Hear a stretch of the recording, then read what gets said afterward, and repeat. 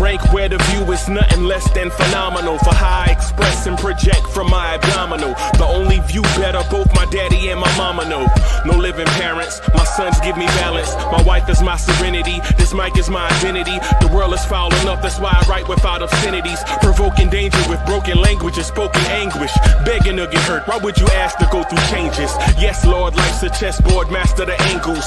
Control the tempo, be the one who holds the info. Acknowledge is just as deadly as machete swings. When spoken, the truth is as potent as that Medellin. While others swear the style is free, I just let it ring. Our time is undervalued, soldiers make us better kings. My fans on my shoulder, reaching after better things. Today I take the shot, for them I'd rather set the screen. My mama told me follow my dreams. My daddy told me get it by any means. Stand tall, make him bow to a king. But I've evolved, you can see the resolve. Look in my eyes when you speaking to God. Life and for those who we caught up in using what I was taught with the muse. I guess they call it proving I'm more than an artist. Penciling out my darkest while stenciling out a harvest. And storing what gets me from A to B, just like garages. Instrumental with collages. Envision what I've been drawing. Broadway to give you rhythm like the great Lena Horne. So bent on, found comfort in the storm. Find peace and on when you see them others perform. Organized chaos, I'll cast it like hey ya.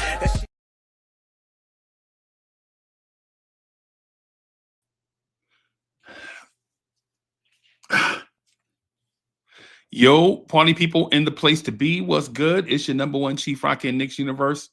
Uncle Freezie is in the building.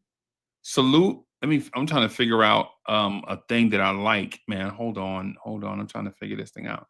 Can I go back? Maybe I'll go back to what we know. I'm going to go back to what we know. Yeah, there we are. Salute everybody. Salute Andios. The son of the legend, Kerry Cox, is in the building. Salute to my guy. The son of the legend is in the building. Salute. Cox was good. That's my guy. Hey, Michelle is in the building. Big Kappa was happening. Brooklyn Butch is in the building. Salute. So I had this, I guess it's not an epiphany. First of all, let me say something to everybody. Just because you buy a hat don't mean you're Russian. So I used to wear the mug down hats, right? Y'all know the joints. I used to wear them. I'll find one. Right. So I used to wear like the mug down hats all the time, right? I'll just throw one of these on to cover the skull, whatever, cover the head. And whatever, and I just try to do a little something different, change it up. And the dude was like, yo, you look like the Russian dudes with them tracksuits. No, I don't. No. Yeah, man. Nah, Miguel P in the building. Wapo is in the building. Salute. Ribs is in the building. Salute my guy Ribs. So let me say this. So whatever topic it is that you want to talk about, I'm here for it. Right? I'm here for it. Whatever topic it is that you want to talk about, as long as you give us enough time to talk about that topic. Right? Fritz Elsindor is in the building. Yeah, what's wrong with tracksuits, bro? We don't. Yo, Kerry Cox, we don't wear tracksuits no more. That's what it is.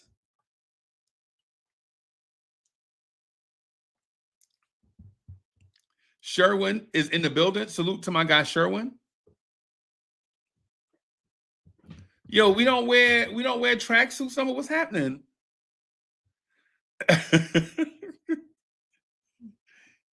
Yo, Fritz is in the building. He's like, yo, I need a high interest loan. Yeah.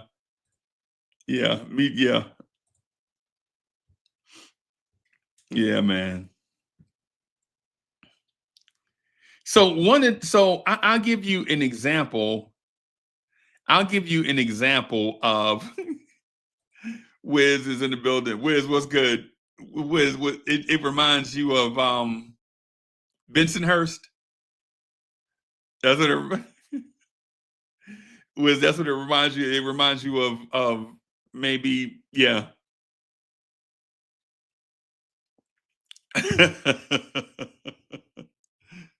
Yeah, man. So I got them off Amazon. I got them like, yeah, no, I'm kind of a cheapskate. I will legitimately pinch a penny until it hollers. Fritz, what's good, bro? Hey, what's going on? Yeah, man. Yeah, I'm what they call a penny pincher. I'm thrifty. So I think I bought 5 of these hats off Amazon for like $18. Oh, pretty good deal. Yeah. And I was holding out too. I was like, yo, I'm not paying a penny over $20. Yeah. Yo, Keith Turner's in the building. Anthony D is in the building. Salute. So Fritz, so since this is the Give the Knicks fans what they want show, name a random topic that we could just chop a random topic that you hear all the time. Rim protection, bench depth, coaching change, trades this summer, whatever it is. Just name one topic and then we'll just go in that direction. Coaching change is like coaching changes. What? Coaching change. Okay. Okay. Coaching change this summer. Okay. I think a lot more people are on the side that a change will happen. A change. Yeah, a lot more people are on that train nowadays. Okay. All right, so I'm gonna put the wheel up. I'm gonna do the wheel of topics. Yeah. I do have an interesting question. Okay. But about the coaching change. So shoot. Okay. If you made a coaching change, would that coach who comes in have any say in the roster? I don't like this Nova thing. Okay. All right. So I'm gonna do something real quick, right? Okay. Hey everybody. So this is the wheel of topics, right? This is the wheel of topics. If you want to add one, I'm gonna add Mitch needs more playing. I'm just gonna put Mitch needs more PT up here. I'm gonna add Josh to the bench. MB needs to produce more. And I'm gonna add Cat is soft. I'm gonna add those to the. But right now, I'm gonna just go with what you mentioned first, though. Okay. Let's go with the coaching change. So let me start with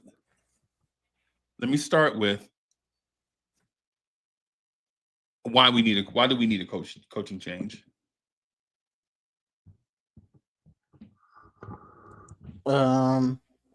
We need a coaching change because we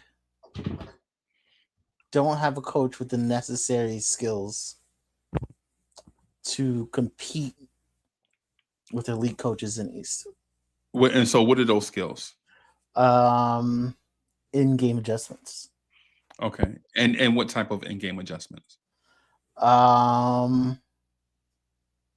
Adjusting to other adjustments.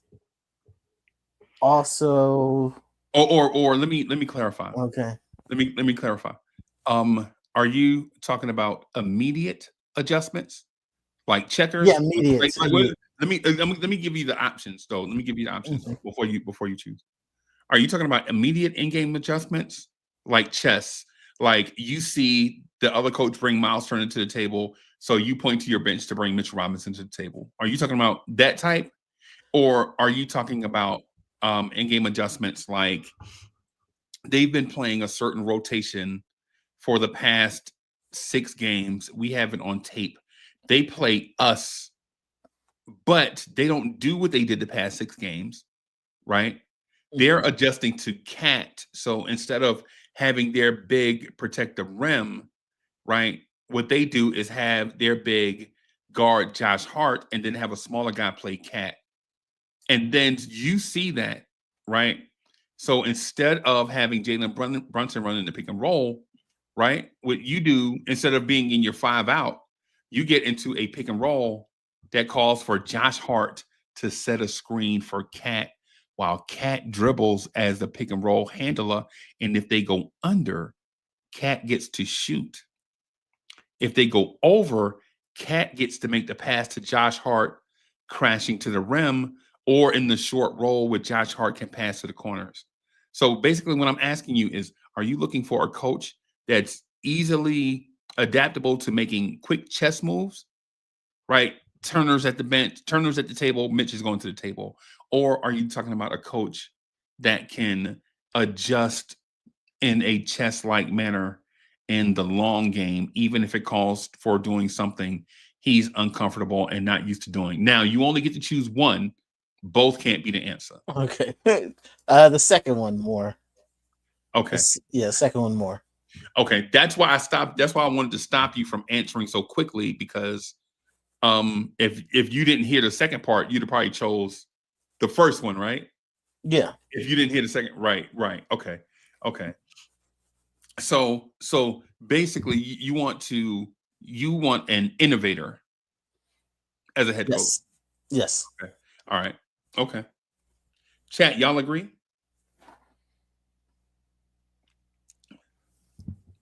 Chat, what do y'all think in that scenario? In that scenario, do you want a real time adjuster like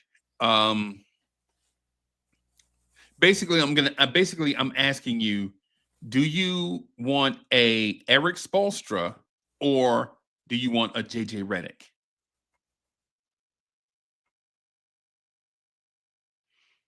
Right. The thing about a JJ Redick is JJ Redick makes the adjustments to your adjustment using his personnel to create a mismatch, even if it's only for one possession.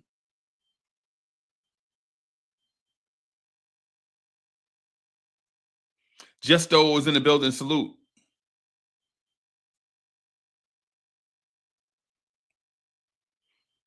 Yeah.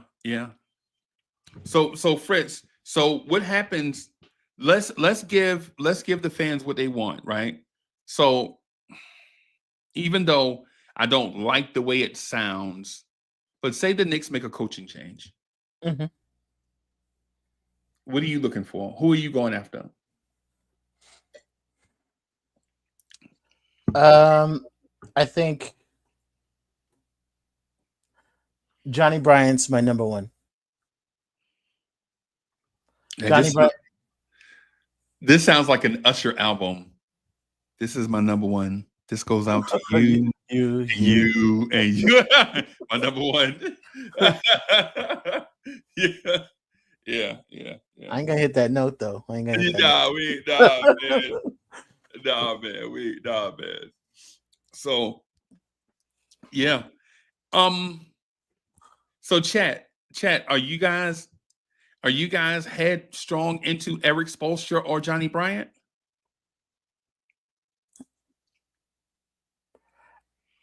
Keith Turner says Sam Cassell is his number one choice. Okay. There's a reason I like Spoelstra, but there's a big reason why I don't think, besides that he has a job already, there's a big reason why I think it's very unlikely. Okay. So, I mean, he's I think he's just waiting for Riley to step out. Like to ascend to the front office. To ascend, I think he's going to get both because that's how Riley started. Yeah. So I think he's just waiting for Riley to step to the side, and he's gonna hold the whole thing down. Yeah. So if the Knicks come calling, if you don't give him coach, GM, president, I don't think it's not. He ain't gonna come here just to coach. Okay. I'm gonna say everyone is wrong. I'm gonna start a slight beef. I'm sorry for leaning into the microphone. I'm not listen, y'all. I'm not used to these kind of the microphones with the stands on them. Can y'all see that? The microphones with the stand on them. I'm not used to these. I'm used to having the microphone, I can reach and move the microphone, the arm. So I'm getting used to this type of mic. But I'm gonna say everyone is wrong in this scenario. And here's why. Hey, salute to Ivory 10. I think the going to get the guy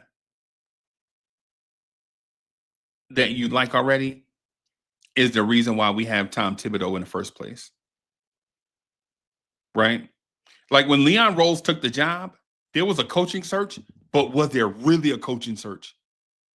No, because remember it was a backlash. And then they tried to convince us. They was like, "Oh no, we're gonna keep looking." And then it was putting out all this PR about Tom Thibodeau. They knew Tibbs was the coach. They knew Tibbs was the coach, bro. Yeah, they just had to ease everybody into the idea. Yeah. They put them clips out. They put clips of him in Houston and consorting with coaches. I'm like, they just gonna do it anyway. Steve Kerr what to do with the Warriors. Remember the clip of him and Steve Kerr in the Warriors gym, and Tibbs is pointing out on offense where such and such should go. And you're like, look at Tibbs. Little did we know that was just PR. Surprise! They fooled me. Y'all got me on that. Tom Thibodeau was like, no, Draymond, don't go there. You should go here because and I'm like, look at Tibbs. Oh my God. Tibbs was like, I don't coach just defense. I'm a basketball coach. And when you heard that, you're like, yeah, Tibbs. And he was talking about the modern player. Yeah. He was talking about the modern player. I'm like, oh. Okay, Tom Thibodeau. Wrong. Wrong. Yo, what I would say to you, Fritz, and respectfully, I'm gonna say it like this. If you move on from Tom Thibodeau, everyone must go, first of all. Right? If you move on from Tibbs, the last thing you want to do is have a Tibbs disciple in place where his resource, in case he gets into a funk, is Tom Thibodeau. Right? Like, if you give Dice Yoshimoto the job, is Dice Yoshimoto really the coach? Or is Tibbs going to be calling him on his cell phones during the timeout? Right? In my mind, what I am doing is clearing house, and I mean everyone, no disrespect, because I'm not saying that these guys are bad coaches or bad people. What I'm saying is if you are frustrated with a certain style, cutting the head off the snake and getting rid of it means you still have the snake's body right there. What are you actually doing? You still have the snake, right? What I would do is, hey, Muted Growl says I'm never who won't? Bro, they traded Dante. And Dante and Noodles were best friends, right? Josh and Brunson are best friends, right? If they traded Dante, bro, Rick already know what's happening, right? But so here's my thing. Here's the thing that I'm getting at. If we move on from Tom Thibodeau, the smart and pertinent thing to do, right? The intelligent thing to do, right? The non-emotional thing to do is conduct a worldwide search for the best candidate, right? Because you've been entrenched in a certain style of coaching for so long that you think that we're in the mindset that we have to find someone that fits what we are already doing. But the reason why you're actually making the change is because what you're already doing is not satisfying you in a way that you feel like the future is brighter than what the PR is telling you it is. Right? So if you only fire Tibbs, keep the coaching staff and bring in Johnny Bryant, did you not just keep Tibbs? Oh, I wouldn't do that. I wouldn't. I would tell Brian he can hire his own staff.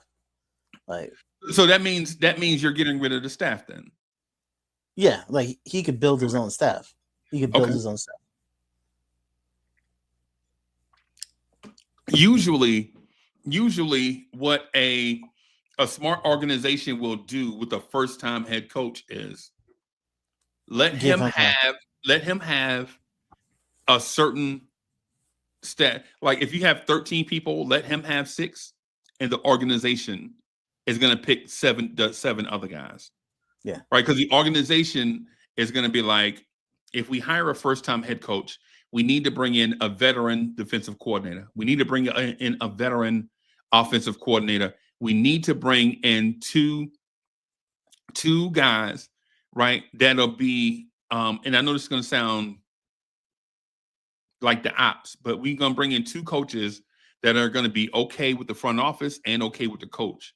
That way, if the coach go off the rails, they'll have a direct report like, hey, man, guess what this dude was doing in practice today, bro? And I know that sounds like Spies Like Us. I know this sounds like a Chevy Chase movie, but that's how organizations operate, right? You have to have a balance. And so what I would do in that scenario that you mentioned, where if you make the coaching change, is conduct a worldwide search for the best possible head coaching candidate, right? Because here's the thing. What if the coaching staff here didn't like certain players and didn't play them because that player didn't fit their style, but the new coach comes in and says something like, hey, that kid that kid Tyler Kolek, I've been watching him from a distance in small sample sizes. If we gave him more minutes, we can legit create an above average NBA starter in about 3 years, like Dallas did with Luka's backup in Dallas. Luka Doncic legitimately had a backup named Jalen Brunson, and they brought him along, and by the second 2.5 years, 3 years, this dude was proving that he was a starter. And by his 4th year, he was giving you glimpses that he may be a franchise player. Maybe, possibly, he could become a franchise player. Right? The new coach can say, hey, Fritz, listen, I know New Yorkers value defense. Right now, you have an offensive team. What if I told you that in my offense, Cat and Jalen Brunson can average about 27. Bridges and OG can average about 18 or 19. And we're going to become this generation's version of the bomb squad. We're going to shoot more threes than the Boston Celtics. And then what Fritz is going to ask me was, well, how does that impact Josh Hart? He's not a 3-point shooter. I'm going to say, if you think Josh Hart gets a lot of rebounds now off misses, imagine with the floor wide open, how much playmaking how much of a playmaker Josh Hart can be in our wide open offense. Now, I may not get the job, but you know what you heard from me just by doing that interview? You got outside intel on your organization, right?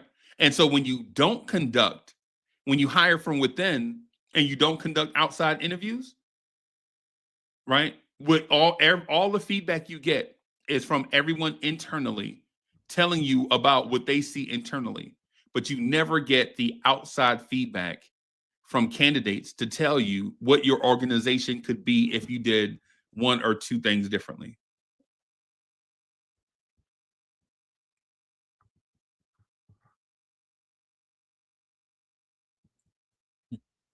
Y'all see how I just talked Fritz to sleep? I just put Fritz to sleep with my. No, I'm still here. I'm still here.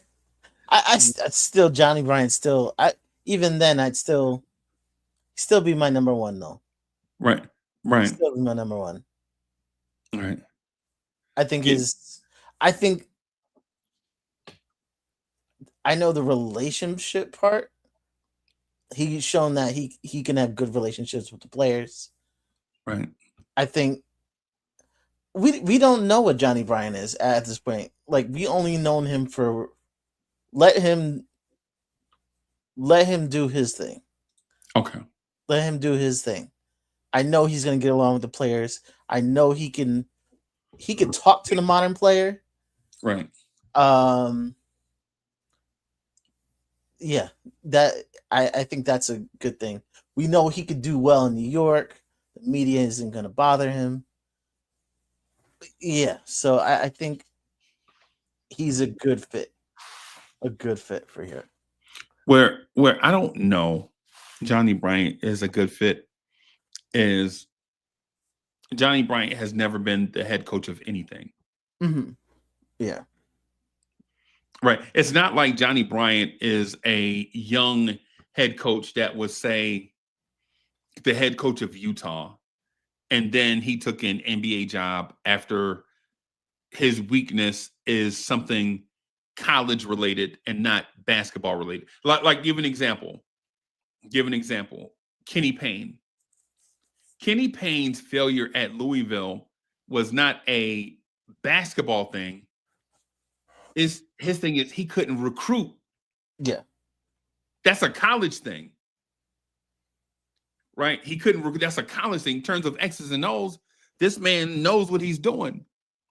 He taught Cat, Willie Cauley-Stein, and Anthony Davis how to open up their post offense when they got to Kentucky. He taught them one move. He was like, yo, just do this one move, right? He caught them. When he got them, all of them were 18. He caught, hey, this one move, jump hook over your left shoulder, and then jump hook over your right shoulder. Now reverse, and then by the time March Madness comes, you're like, damn, Anthony Davis can shoot threes, right? So it's one of those things where Kenny Payne knows what he's doing. He had like one flaw that is a flaw at the certain level that you're coaching at, right? And so the thing with Johnny Bryant is we don't know what flaw Johnny Bryant has, because Johnny Bryant has interviewed for a lot of jobs and he's not gotten any. Right? Johnny Bryant has interviewed for, or not a lot, because sometimes he wasn't even asked to interview. Like he was asked, he interviewed at his alma mater. Remember when Mike Woodson took the job at his alma mater? Yeah. And Kenny Payne took the job at his alma mater? Mm-hmm. And Johnny Bryant interviewed at his alma mater the same year and didn't get the job? Yep. So the thing is, there's something with Johnny Bryant. We don't know what it is. Is it something that if you hire him, we can build upon it, or does it impact him coaching the Knicks?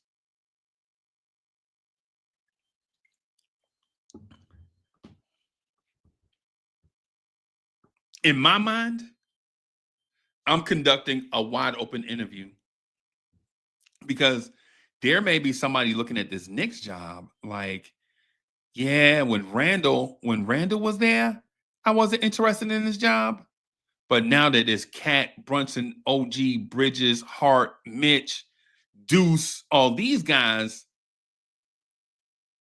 I might take that job if it's offered. Mm-hmm. I.e., Ime Udoka, Will Hardy, the guy in San Antonio, both guys in San Antonio, the young guy, the young beige guy, and what's his name from Philly? Yeah. Brett Brown, right? Frank Vogel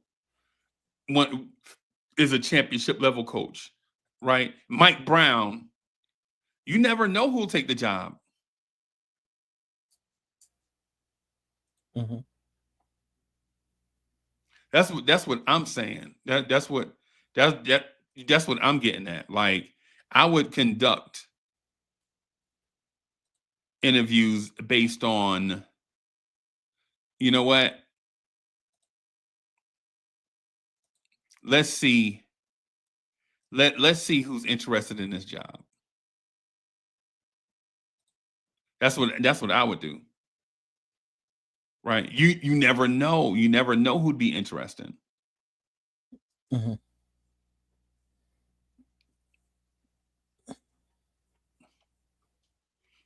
You just Eric No, may be interested. You never know. You never know. Right? The guy from Memphis may be interested. Taylor Jenkins, young Tibbs, he may be interested.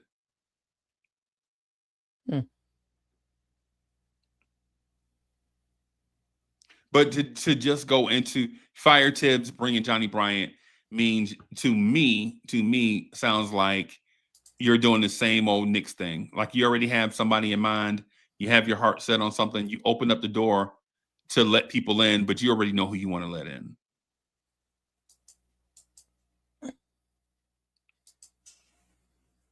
Am I wrong in that mindset? Tell me if you think I'm wrong. No, you're not wrong. Because you're not wrong. Because sometimes I know sometimes they can interview 5, 6 people, and one becomes your main coach and one comes an assistant. Yeah. But you know the ideas ahead of time. Yeah. He's like, hey, we talked to his offense is interesting. What do you think about that? Or what do you think about that? And he might have the person on his staff. I'll give you an example. I'll give you an example of a player that I would take over 4 Johnny Bryants. You could have 4 Johnny Bryants, and I'll take this kid over him right now. And I know it's a name that you're not familiar with, and I know it's a name that people will be like, "Oh, you just have the Jersey City bias." I would take Danny Hurley right now as the Knicks head coach over 4 Johnny Bryants right now. Yeah, we discussed it. I'm from Connecticut. Yeah, Danny Hurley's from Jersey City though. Yeah, but he's UConn. Yeah, and he could bring his brother Bobby. Come on, Bobby. Mm-hmm. And yeah, we know the reason he didn't go to LA is he didn't want to be too far from the East Coast. Nah, he didn't want to go through that stupid powers. Yo, that's that. I understand what you're. But I think he didn't rule out the NBA, but he just like I want to be near my family. Yeah, you know what I mean, you know what that means, right? Yeah, he's holding out for Brooklyn or for the Knicks. Basically, yeah. Basically, that's what he said. Brooklyn, Knicks, or Philly, or he needs to be around there. Yeah, basically, the Knicks job. Everybody has a wish list, right? Everybody has a wish list, right? Like, I'm cool with where I am unless such and such happens, right? Like, even like in my life, I'm perfect. I mean, I'm fine with my job and my life and everything. I'm cool with it, right? I'm on cruise control, right? Unless Lawrence Tears blows up into a media empire, and then and then I'd be like, you know what? On second thought, So it's one of those things. Like, the dream gig for me would be that Lawrence Tears will become the Ringer, right? That's my dream gig. If Lawrence Tears becomes the Ringer, then I'll slow down network. Yeah. You know what I'm saying? So yeah. So if it's one of those things, then and same thing with Danny Hurley. I think he's in a sweet gig, being paid a lot of money, close to Connecticut and New Jersey are close, but not as close as what people think, bro. Actually, it is. What you talking about? 2 hours? Driving is what, 3 hours? 3 hours. No, but he's in stores. So stores is like stores is that quiet corner. Yeah, and so that's what, like 4.5 hours. Yeah, 3.5, 4. yeah, that's still a long drive. You can drive it in a day, right? Or do you go to the airport and fly into Newark? Yeah, I think you could take one of those small airports, like hop in. Yeah. Mhm. So it's one of those things where it's like, do you fire Tibbs with the mindset that you're bringing Johnny Bryant back, or is it one of those things? Do you move on from Tom Thibodeau because you're in an exploration situation where you're trying to establish where you really are versus where you think you are? Okay. Because the Knicks fans, the organization, everyone else, we think we are championship contenders, but we don't know that because we didn't get input from the outside during the interview process. Okay. Would you be opposed if the Knicks went just experimental, like they interview Rondo and Rondo has a great interview?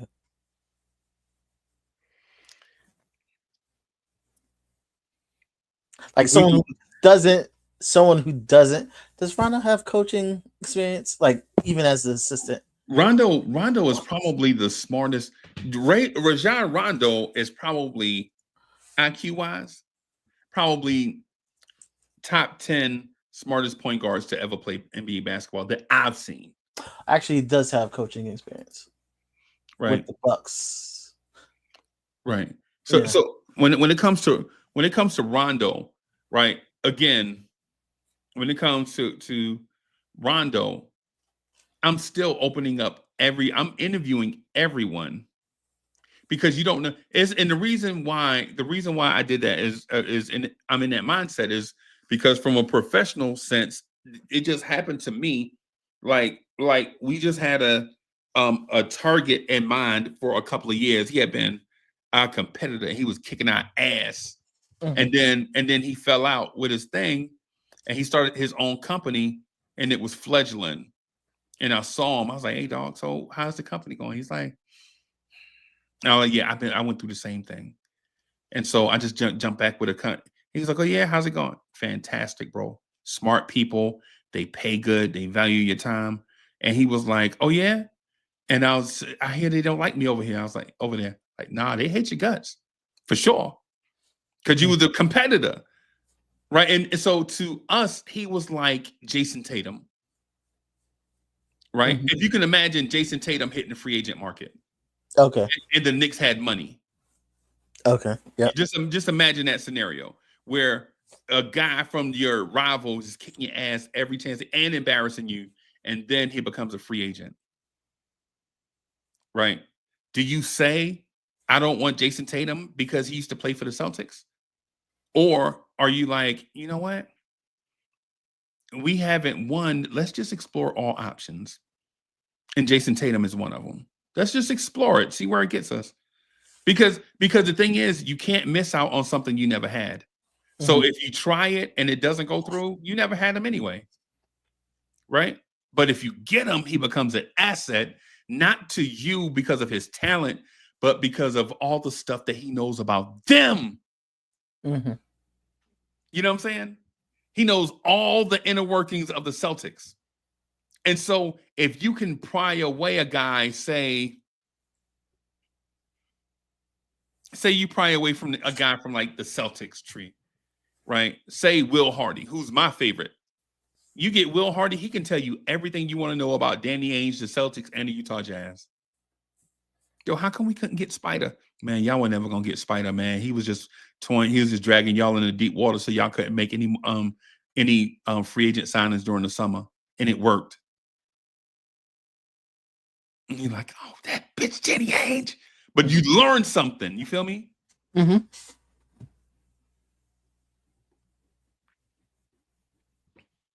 Yeah, you learned something.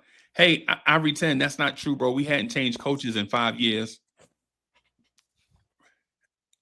ertain, we hadn't changed coaches we hadn't changed coaches, head coaches, since the pandemic. Think about how long ago that was, bro.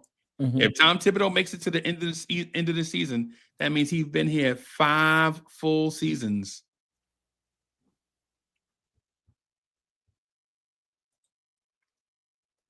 And do you want to be mid or mediocre just for the sake of stability? There's like a relationship. Do you stay in a bad relationship just because you're comfortable? Like Fritz told me about the Janet Jackson story. Fritz, you want me to tell him your Janet Jackson story? I don't have Janet Jackson story. Yeah. Oh, now we don't have a Janet Jackson story. Okay. All right. So do you stay in a mediocre lane just because it's comfortable? Right. So that's my question to Ivory 10. So yeah. So that was one of the things that I wanted to. The thing about that, the coaching thing is, and we are not even at the tip of the iceberg in the conversation. We're actually priming the pump in this conversation about changing coaches. Because to me, changing coaches should be a last resort. Changing coaches to me should be the last thing that we should consider. And the reason why I say that is not because I don't want to change anything, right? The reason why I say that is because I don't want to change coaches and then the new coach comes in and he's set to the same environment and then he performs like the guy we just got rid of, and then we realize, well, you know what? The coach wasn't the problem. The environment was the problem. Mhm. Yeah, I think with the coach, we're there. We're already there. At mediocre? Yeah, we're at mediocre. Mm. The and I don't know for sure. I'm not sure how much of it is being accepted. I'm not sure if Tibbs is just doing Tibbs and everybody's just watching him, or if they've, you know, they tried to improve internally. Hey Tibbs, we need to do better here. Or is he just unaware? He's just doing his thing. Like, I wish I had an answer to that. I don't. But I mean, if they did their job and they tried to improve and he hasn't, yeah, and it's in a row. It's in a row. My answer to that is you never see a zebra winning the Kentucky Derby. Right? You never see a zebra winning the Kentucky Derby, bro. Like, even though a horse and a zebra are equines, right? Like, you never see a lion using a litter box. Got you. Right? Like, Tibbs is not going to change who he is. Right? You never see your house cat on the savannah. Right? like legitimately, for those pet owners, think about your house cat and think about what your house cat would look out on the savannah. Lost. Probably somebody's lunch. Right? Did I see my guy Jay Buggy in here? Yeah. I thought I saw Jay. What did you? Yeah, I think you need to pass. Yeah. I don't have his number. I think you just need to slide me his number at one point. Yeah. So, yeah. I called him the other day. He was in the booth. Bars. So my thing about Tibbs is it Tom Thibodeau or is it the environment? Right? I honestly believe it's kind of both. And it's the reason why a team president and a former head coach could get along, link up, and say, "Hey, we're going to turn this thing around together." Second time around. Anybody remember that song, Second Time Around? Second time around. Yeah.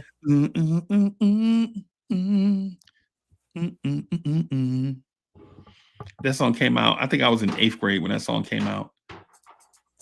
Yeah, I didn't know. You know what? When you was singing it, it's like, yo, this is about a relationship. Yeah, that's yeah, It sounds so happy. yeah. Second time around, bro. Man, Like, the breakup to make up. Yeah, man. we don't do retread. We don't do retreads. Yeah.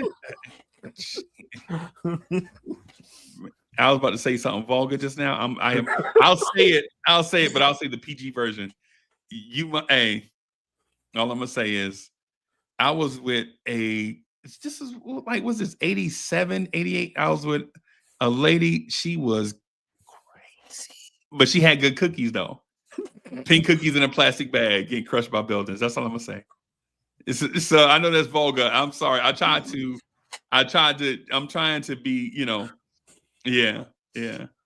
So salute to 5 Adam app. I know probably didn't say nothing to y'all when y'all came in. Salute to J Mars. J Mars in the building. Keith Turner's in the building. So yeah, the thing is, man,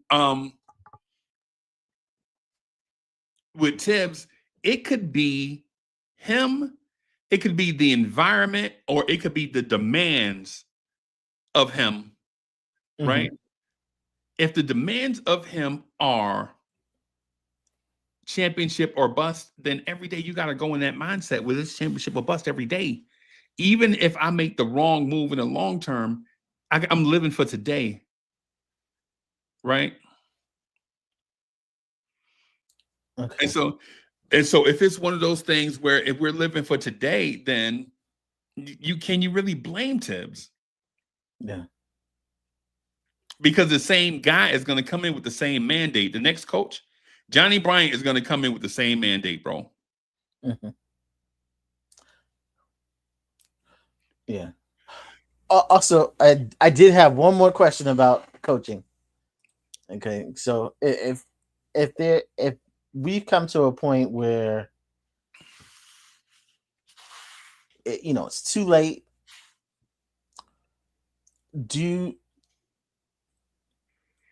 does front office, should they overreach? Like, we talk about minutes, and is it appropriate? Like, at this point, you say, hey, we're getting rid of Tibbs, but like at some point you have a mandate. It's like, yo, Tibbs, it's 35 minutes and that's it. You know what I mean? Or do you just let him do what he needs to do until the day he's out?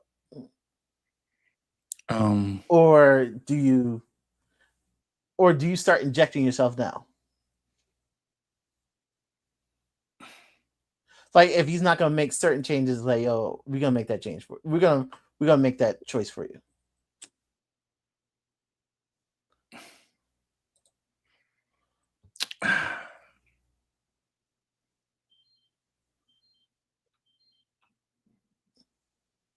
That's a tough question.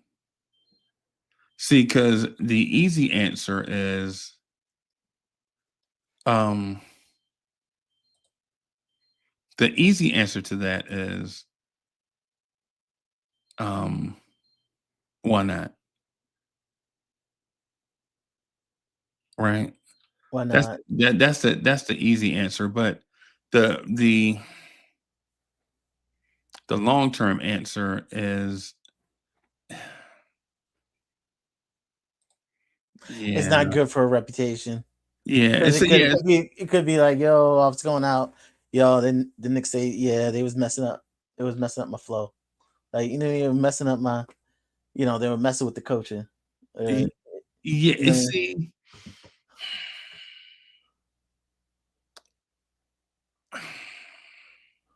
it's delicate.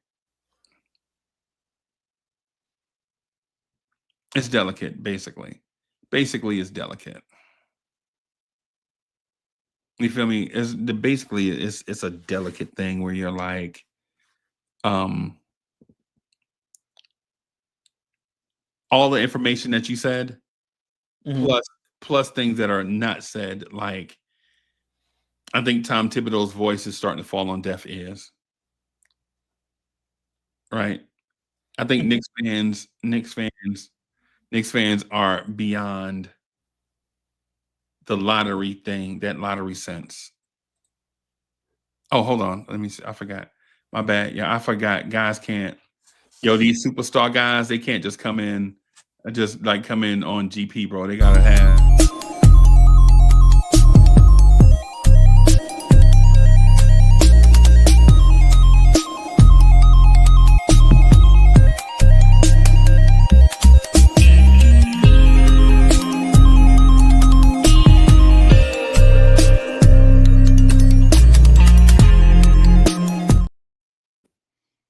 What's up, boss?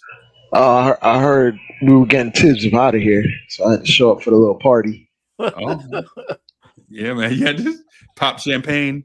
Yo, Yeah, I had this brought pop the party champagne? favorites, man. Yo, who had that joint pop champagne, bro? Ron Pop Browse. champagne. Ron Ron Browse, Browse. Yeah. That's him. Yeah. And Draper getting the party favors and stuff and everything. So basically where we were in the conversation, I had planned to be here for a minute, right? Because be here for a while because I wanted Knicks fans to get everything off their chest because this week is going to be a rough week, right? But get everything off your chest. Let's talk about everything. Let's get everything out in the open. And the first thing that Fritz was saying, fire Tibbs. And so I asked him why. Why are we firing Tibbs? Not for the obvious answer, right? Like, what is the improvement that you're searching for? And can you or can you not get that short term and long term from Tom Thibodeau if you explain to him what it is that you're looking for? Can he supply that? Then, if not, move on from him and replace him with who? And is that person capable right now of implementing those things that you want to have changed? Right now, in the middle of the season, no, that's not possible. No, I And mean right now, like this summer. oh, I think that's always possible when we view it from that perspective of. I showed you a few clips of a particular coach I was interested in, but there's a lot of guys out there that can manage guys a little bit better and try to view from a larger scape of team like team success instead of trying living and dying on every possession on each Right. night.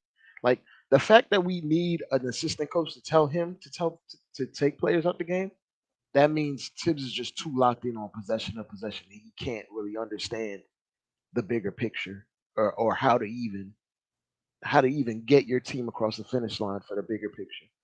Right. I can give you an example. Josh Hart over like the last 15 games has been shooting 49% at the rim. Earlier in the season, before then, he was shooting at 66%. And Yep. clearly, he said he's been dealing with a knee issue. Yes, it's like fluid in his knee. And you know what we've done in that time? He's played more minutes in the last 15 games than he did the first 50 or so. I don't want to hear it, bro. You talking to me, right? I don't want to hear it. You know why I don't want to hear it? Wow.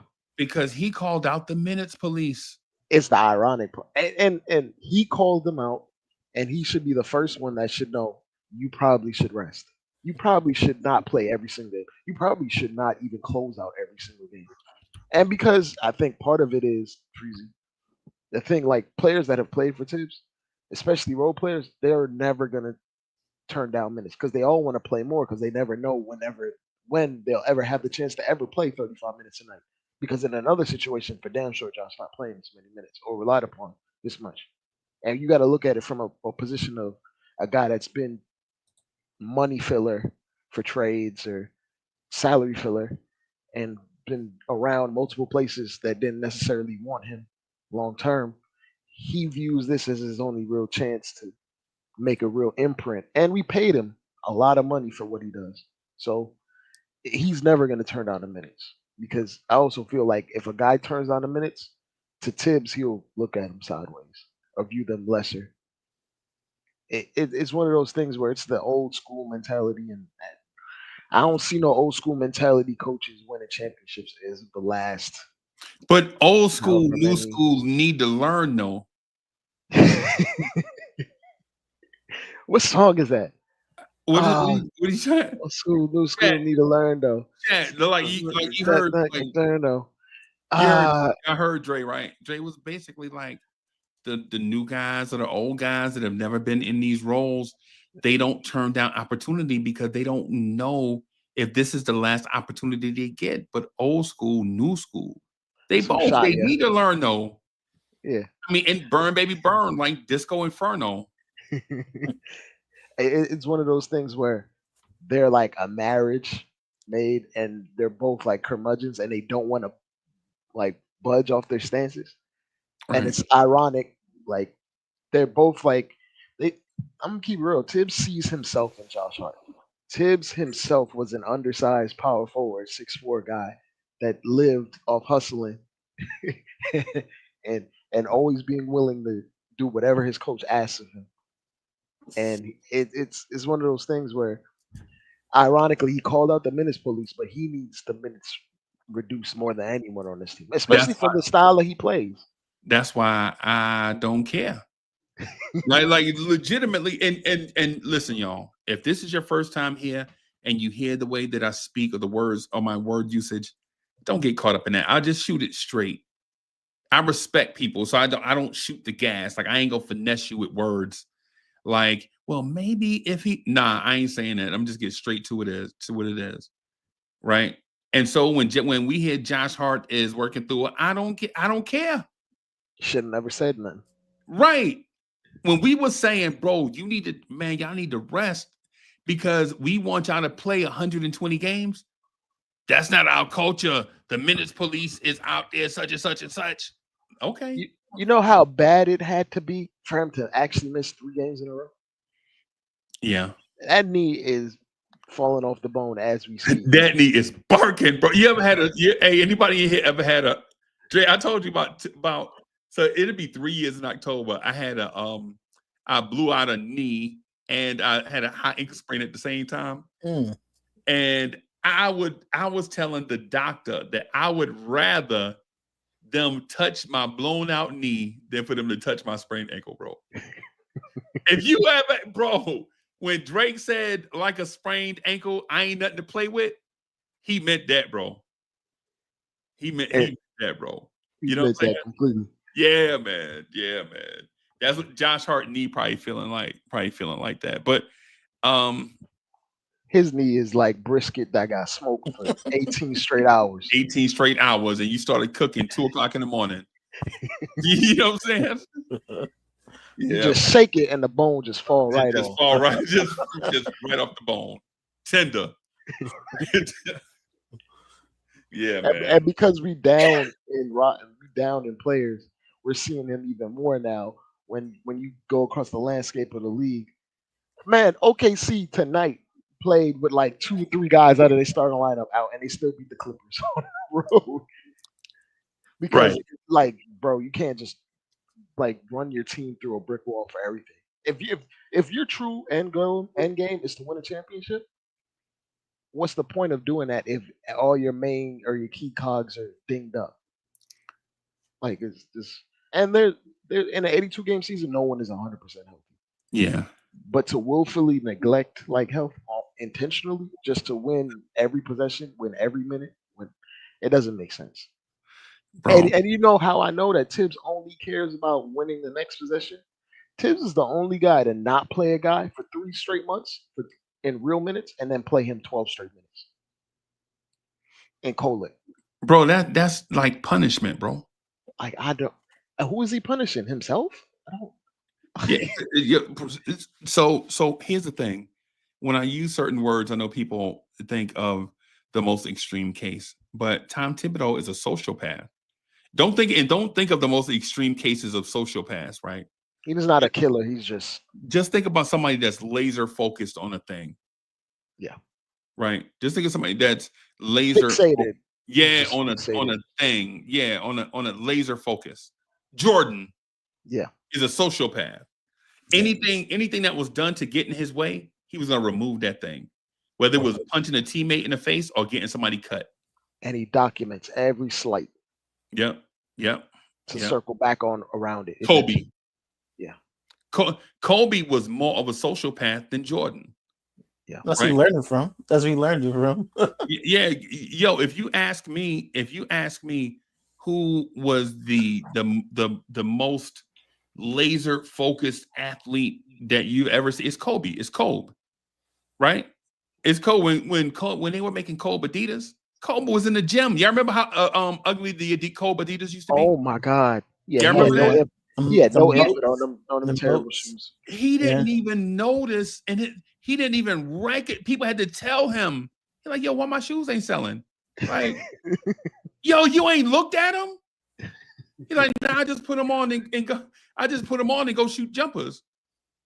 They're like, nah. He broke his wrist, and he spent the entire time working on left-handed moves. Yeah, including jumpers with his left hand. Yeah. for what reason? Yeah. It's like some guys are just hyper fixated on one thing at a time, or they can't let it go. Oh, hey, it's one of those guys. Hey, Fritz, I'm gonna tell you this, and I'm not starting the hype train. I'm just raising awareness. Mm-hmm. You know who has of everybody on this roster? You know who has that mentality? Who? Kev McCullough, the kid out of Kansas. Right. Of I'm talking about Brunson, Cat, of all the dudes with that mentality, like they're gonna work on something regardless of the hours until it's Kev McCullough. I remember when he was a freshman, they was like, yeah, he's an undersized power forward because he didn't have skills, right? He came back the next summer with like this elite handle, and you're like, and I'm talking about elite for college. I'm not talking about elite NBA handle. I'm talking about elite college handle for a wing player, that undersized 4 type guy, right? The dude comes back with like an elite handle. You can't guard him. And now they're like, well, he's got all this energy and he can dribble, but can he defend? And then the next summer he comes back as like this crazy ass defender. And you're like, where was this last year? And this dude like stacked things on his game. And they're like, okay, you can defend and you can dribble, but you can't really shoot and pass the ball like that. And he came back for his last year of college, able to shoot, pass, defend, handle, all these things. That he was going to be the conference player of the year until he blew out his knee. Right? And then you know what happened? Do you know what happened when he blew out his knee?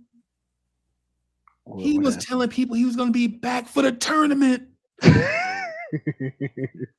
Fritz, he hurt his knee in February, and he wanted to be back for March Madness. They had to hold him out.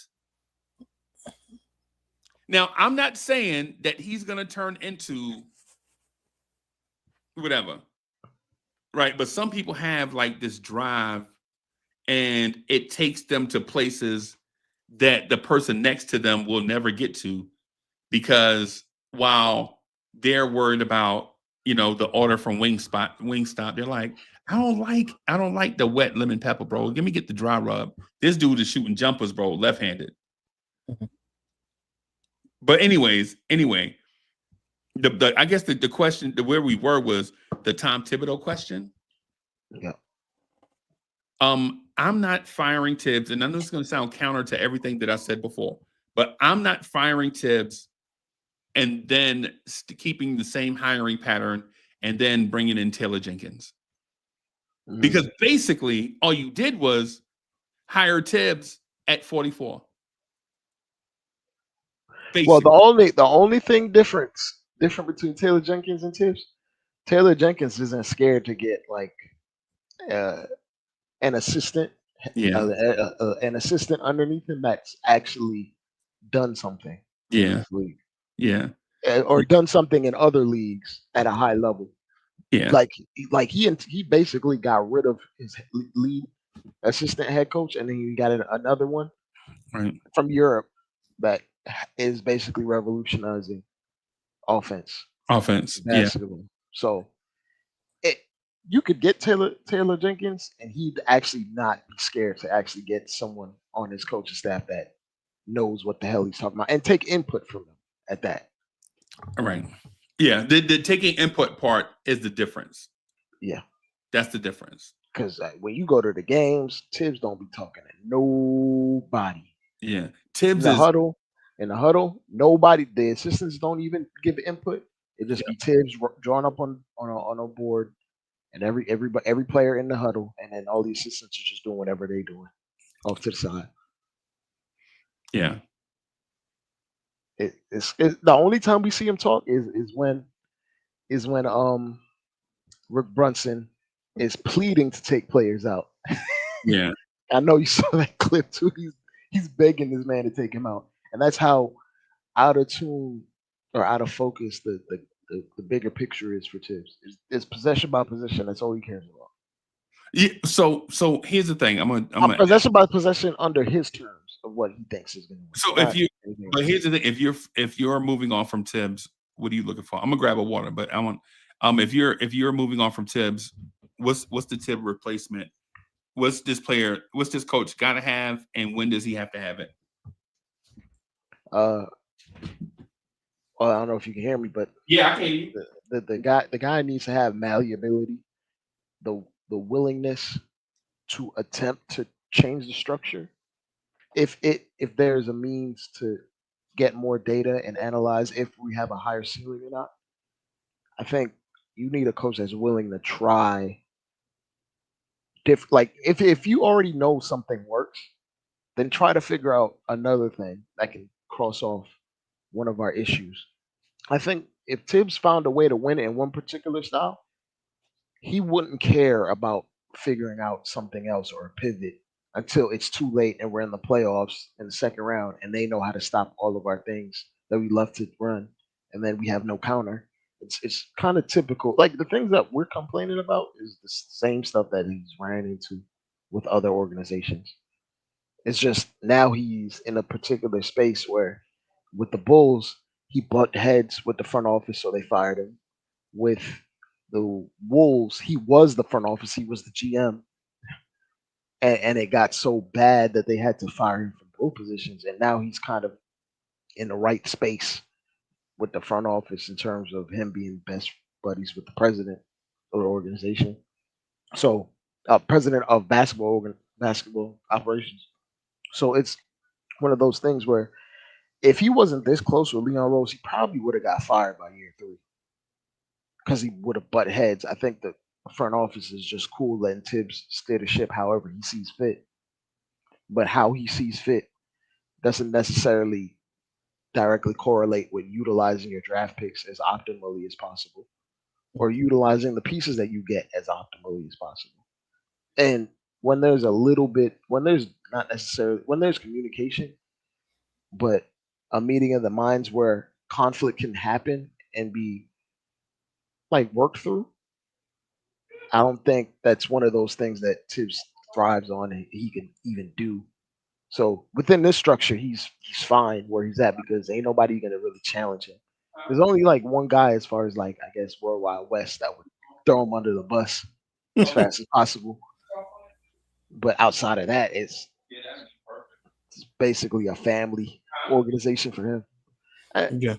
It's we're and to not to rip on Tibbs, but it's like he's done what he's came here to do to make us respectable, make us a functioning organization, because the things that he's good at will give you a floor of competency.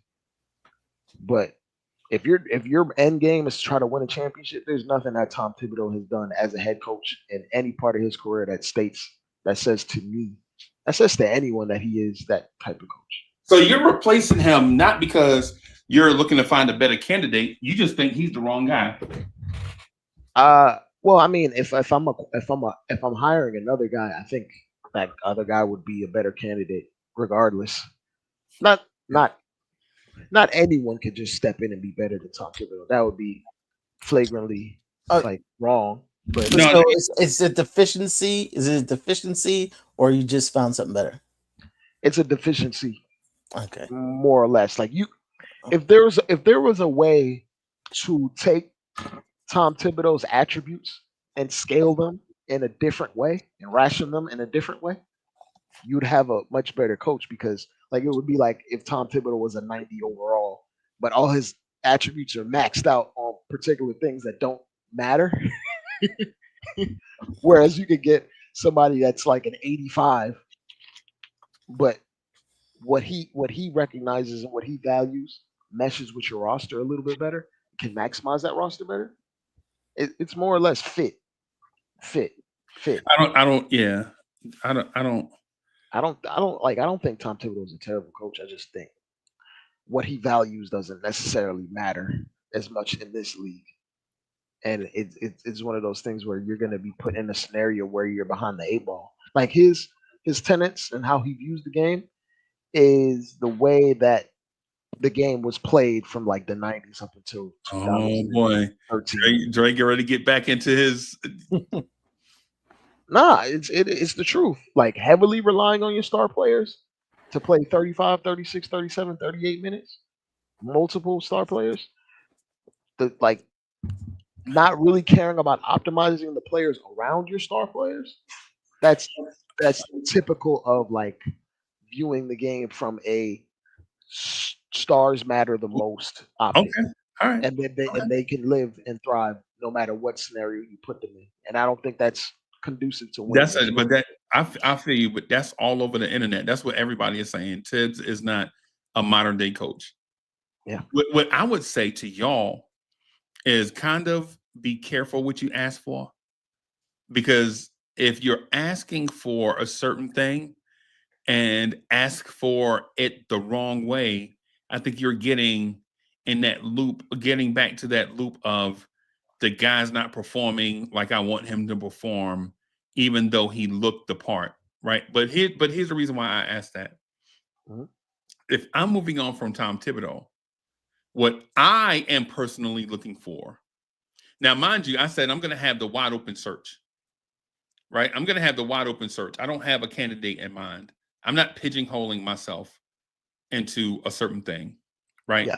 So, but here, with that said, what I want is a coach that is future forward, defensively and offensively. Now, with that, what I'm saying is, what is the NBA going to look like with Jalen Brunson and Karl Anthony Towns past 30 years old? Right. Mm. And so with that said, if they are past 30, that means Bridges, OG, Josh Hart, all those guys are going to be at that 30-year-old window. Well, Josh Hart's gonna be 33. Yeah, well, yeah, still, yeah. And even with that said, I'm going to be thinking, can I teach modern NBA in 2 years to players that have basically played 10 years in the NBA or more? Right? In 2 years, is this group of guys going to have what it takes in order to win a championship? If I can find a coach that can take a team, have them win now, but their crescendo evolve at the same time that the league is changing, morphing into whatever it is, then that's the guy that I want, because I want to stay relevant and contend, but I also, when the NBA takes a turn for whatever it's going to be in 2 years, I also want to be on the cutting edge of that, right? I want to be on the cutting edge of Wemby and Alex Sarr in their primes. Do we have a Wemby and Alex Sarr in their prime type guy on the roster? Now, one could say Cat could hold that down for another 4 years, but we already know how 7 foot tall, 260-pound bigs with knee problems, we know how they age. They age like milk, right? Do we have a backup plan for when Cat turns 32? Right? Do we have, and when I say a backup plan, what I mean is in 3 years, can we have Cat play on the wing, can we have Cat come off the bench? Right? Are you willing to have Cat come off the bench and be a 6-man type guy, knowing he's getting paid all that money? Is that something palatable for Cat, Knicks fans, and the organization? Right?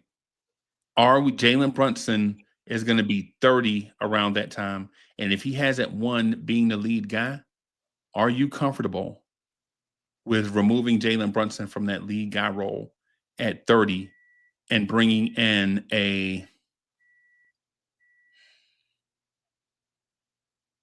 another guy where Jalen Brunson takes less of a role, right? Still be the captain, but plays less of a role, right? These are the conversations that I'm having with the new head coach. Can you win right now with what we have, at the same time transition into what the league is going to be in 2 years? Now, here's the important question to that, Dre. Not can you be that? When I ask that interview question, you know what my follow-up question to that is going to be? What is it? What is the league going to be like in 2 years?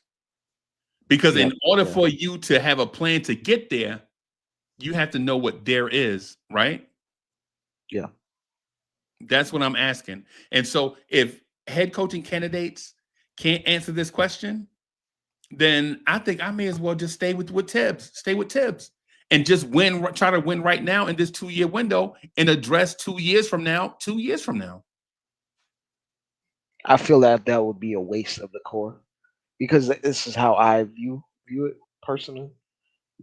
There's something called portability in these players and their skill sets, and they have the capability and ability to play in multiple styles of basketball, and they've done it in other organizations, on or off ball, and in different positions.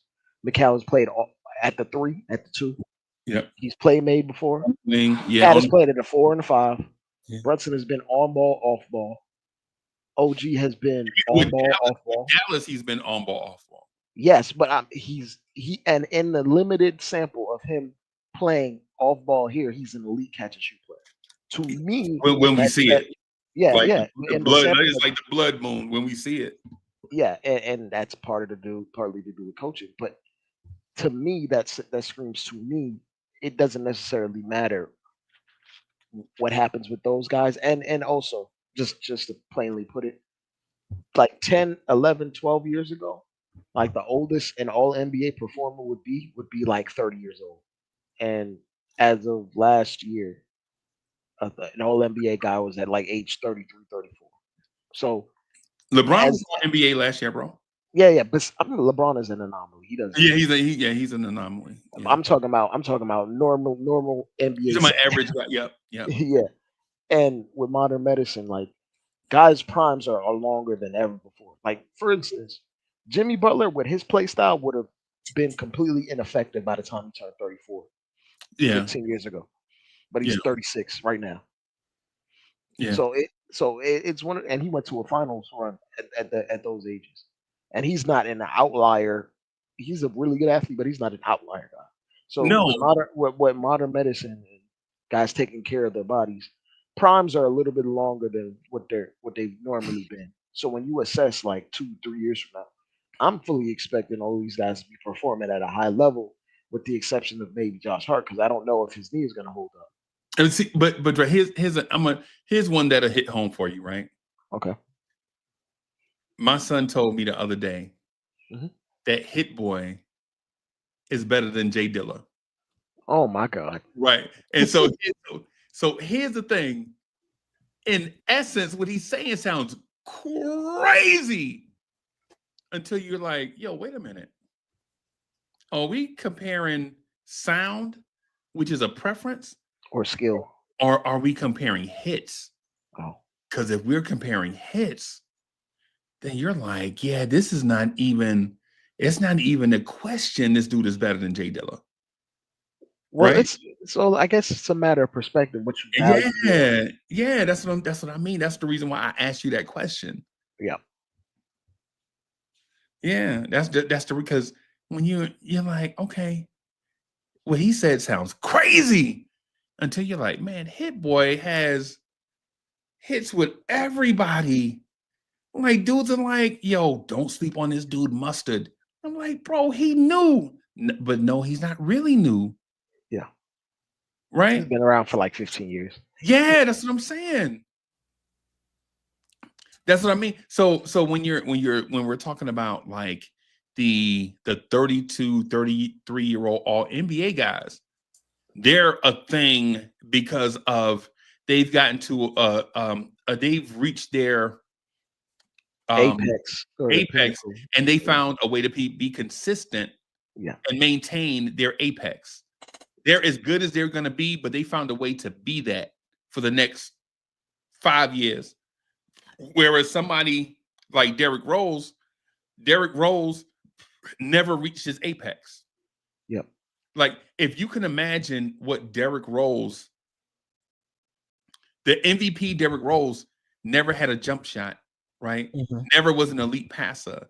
He never got to improve upon those things that a normal 22, 23, 24, 25-year-old guard gets to improve on because he was rehabbing during all those years. Yeah. And even to that point, he never got to keep that explosiveness while his skill went up. Because he became skilled as he got older, but the combination of the two, it never overlapped at the same time. But he was a grounded point guard doing that. Yeah. Not the greatest high flying guard we've ever seen. Yeah. And like the common like age for a guy in their prime, when their prime actually starts, is 27, 28, and he got robbed of that. Oh. Where the mental part of the game matches the physical part of the game. Yeah, I saw an interview. They said they didn't. He said when he was in Philly, they didn't have a practice facility. Oh, Tibbs? No, Philly. Who in Philly? Who's in Philly? No, AI. Oh, we were talking about Derrick Rose. Oh, I'm sorry. Well, I don't know why I'm thinking about AI, but yeah, you good? Yeah, Derek. Yeah, he never got to like. He never got to see his prime match with where like it slowed down. Skill. Yeah. Whereas the other guys we speak of, they all figured they had the opportunity to have the game slow down for them while maintaining their physical abilities. Yeah. Yeah, man. Hey, Fritz, guess what I just guess what Miss Smoker just bought me? Oh, what'd you get? Vegan ribs. Oh God. I hope it tastes good. Is it the carrot ones? Huh? Is it carrot ones? I don't know, bro. It sounds like some tofu, probably. They got these carrot ribs. Are they good? I never tried them. But I heard they may come out of carrots. The McRib is back, baby. Oh man. Hey, you gonna have to give us a report on if those ribs actually were good though. Mm-hmm. Or corn ribs, or I've heard of corn ribs. Yeah, you ain't missing nothing, bro. So the thing is with replacing Tibbs, if you're gonna replace Tibbs, what are you replacing? What are you looking for? Right? Like when I was in sales, right, I used to let people talk me to death, right? Because if you ask people, if you come across like a salesman, like, hey, what can I help you with today? What are you looking for? People generally go into a shell because they don't want to be sold anything, right? They want to buy whatever, right? And so the thing is with Tibbs, I'm not looking if Tibbs is gone, like if Dre snuck in the office and fired Tibbs behind my back and I have to deal with it and now just find a new coach, right? What I'm going to do is ask Dre, hey man, was Tibbs in the right environment? Did we have everything set up for him to succeed? Did we have everything here in place where a competent coach could reach the goal that we set for this experienced coach? And if any of that is in doubt, the first thing I'm doing is cleaning that up first. Right? Because, for instance, say if we want to hire the assistant that Dre likes from Memphis, right? if we bring him in here and give him the same mandate as Tibbs and the same stuff that Tibbs had to work with, are we really doing this new coach a service or a disservice? I more or less wonder, even if you did give him whatever roster, is that coach doing whatever he can do to get as much juice out of the squeeze as he can? So here's my question for you. Are you talking short term or long term? Both. See, because you can't do both at the same time, bro. Well, what is your definition of short term and long term? Like, is Short- like trying to win a championship 1 year and then trying to No, contend for the next 2 nope. years. Short term is trying to win tonight. That's short term.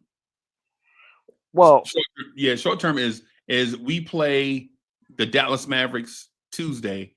We're trying to are we doing everything we can to win Tuesday night? you can do that while giving a guy a break. Like, if you implement a scheme and you have the players on your team on the same accord, on the same level. Like, for instance, I just gave you one example. OKC has a bunch of guys that the average NBA fan has never heard of. They can plug in and play them, and there's a system and a structure that they can play within.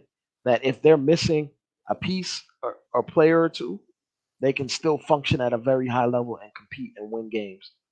And I just saw them play tonight without Chet Holmgren and Jalen Williams, J-Dub, and they beat a red hot Clippers team on the road. And you can do both if you have the structure and the environment and the system to do both. But you need to let a coach implement what he needs to implement and be hands off. And I feel like this front office, for more or less, is let Tibbs do whatever he wants to do in terms of steering the ship. Because if we're looking at, especially if you're looking at roster moves, the last time we got a guy that he didn't really care about was like Cam Reddish. After that, everyone we've acquired is someone he's kind of had feelers on or input on, and even then he doesn't even play.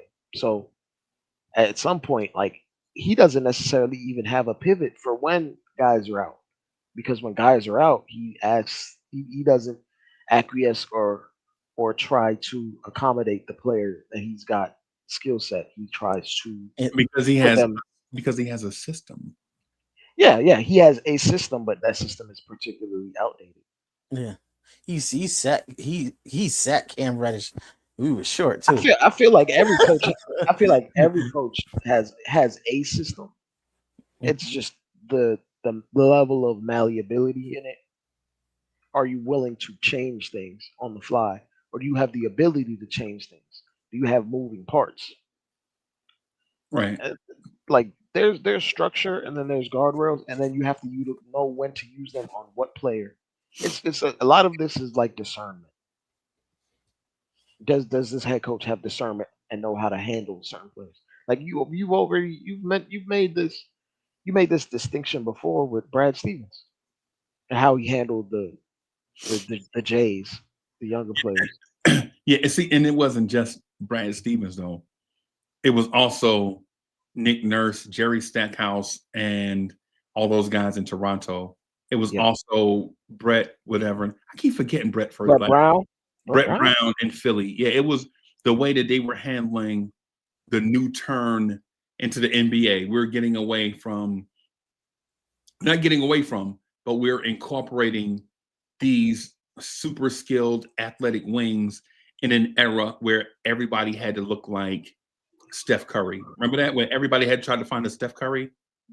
Yeah. Right. We were so thirsty for Steph Curry, we fell in love with an Asian dude that knew how to run the pick and roll. I mean, in love with him, bro.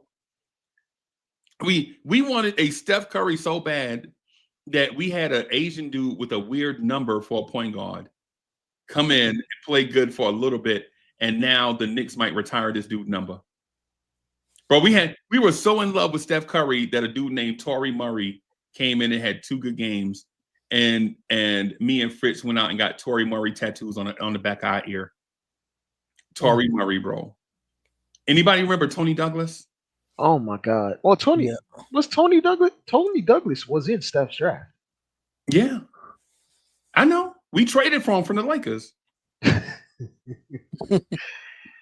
He was Deuce before Deuce. But we were looking for the step. Y'all remember the guards that were drafted in the Steph Curry draft? James Harden, the dude from Memphis. Remember the dude? Well. Minnesota drafted two guards that were nothing like Yeah. Steph Curry in that draft before Steph Curry came out. So Johnny Flynn and Ricky Rubio were absolutely nothing like Stephen Curry. They were the polar opposites. Actually. One was leaning into just playmaking only and not really having scoring gravity, and one wanted And to the other one was the the other one entire was time. Kemba Walker. Johnny Flynn was going to be Kemba Walker before the hip injuries. Yeah, you know, well, like I mean, he couldn't shoot. Couldn't shoot like Kemba could. Nah, he couldn't shoot. Kemba had when Kemba was at UConn, he had the mid range jumper from like sophomore year on. Yeah. Right. So it's one of those things where, yeah, I think that the whole thing where teams are leaning into like the Steph Curry thing, that didn't happen until like completely. That didn't happen until he won his first MVP. Because remember, at that time, all the pundits and all the naysayers were basically like, a shooting team can never win a championship. Nah. Then it happened, and then immediately right after that, the Rockets started taking 1 billion 3-pointers. Matter of fact, they still have the Rockets from that era still has the record for most 3-pointers taken in a game, which is like 70. Bro, for people like me, because I'm old enough to recognize that everyone that wins a championship wins it their way. Yep. Right? Like, think about the Eagles won the Super Bowl this year, right? They don't have Pat Mahomes at quarterback. They have the opposite. Right? And now this offseason, teams are talking about building like the Eagles. Right? Oh, we need a bunch of D linemen, man, and some linemen. The quarterbacks, the Jets are doing it right now. They're like, bro. Well, here's the thing that's a little bit different.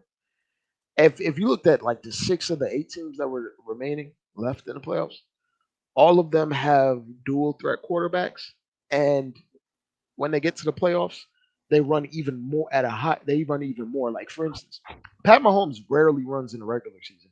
Right. When he gets to the postseason, damn near 1 out of every know, like every 3 passing plays, he's taking off and trying to yeah. Like that's the way the league is headed. Where it's simply like the way the team's running these 2 high concepts, and you need basically 15 plays to score on a drive. You need every option available to you as a play caller, and that's calling your own number to get that 7-yard scramble on 3rd down, 3rd and 6, because you're not going to get that big play as much as you want to.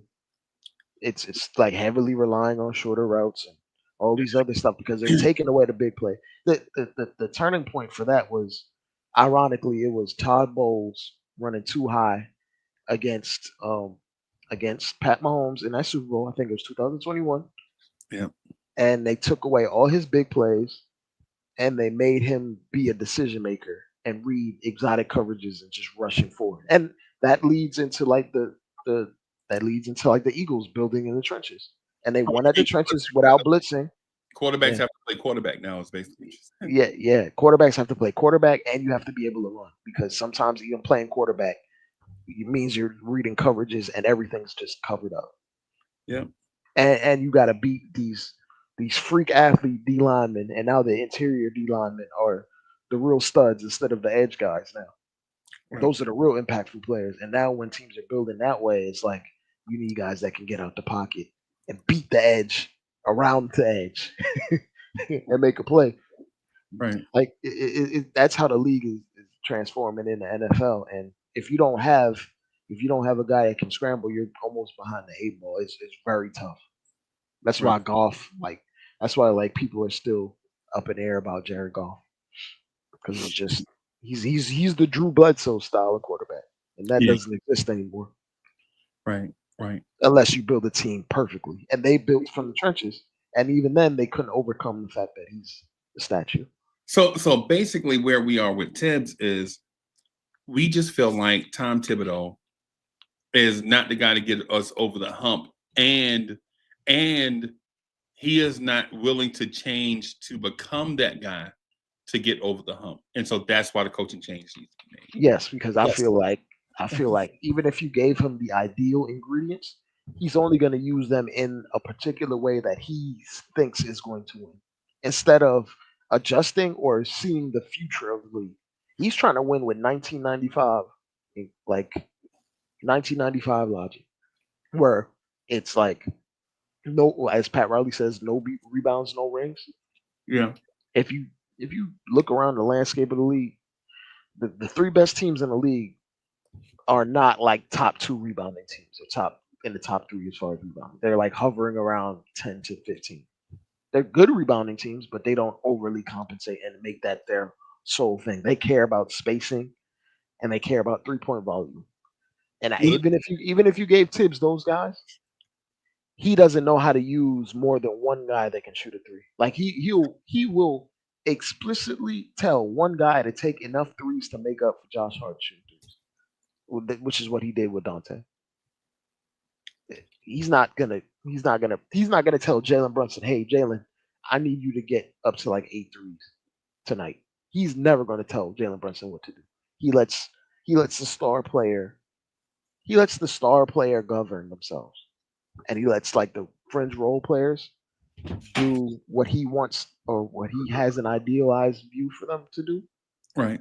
But if for example, if Kenny Atkinson was coaching this team, Jalen Brunson would be taking damn near 8 threes a night.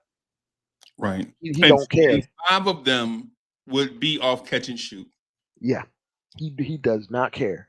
I need the volume up and I need them because this is the structure that's going to win you games for now and the next 2 to 3 years until there's another change happening. And so let me explain the basketball part of it, right?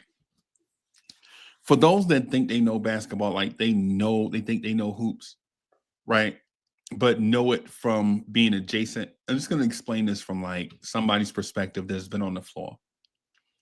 The thing that beats elite athletes in every sport is getting in their minds, right?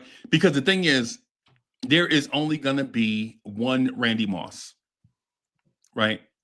Everybody's not going to have a Randy Moss, right? Everybody's not going to have an Ellie De La Cruz, right? Everybody's not going to have a Carlos Beltran that is super skilled at so many different things that he fits every possible scenario, right? Everyone's not going to have a Cat. Everyone's not going to have a Jokic, right? But do you know what everybody does have, though? A basketball. Yeah.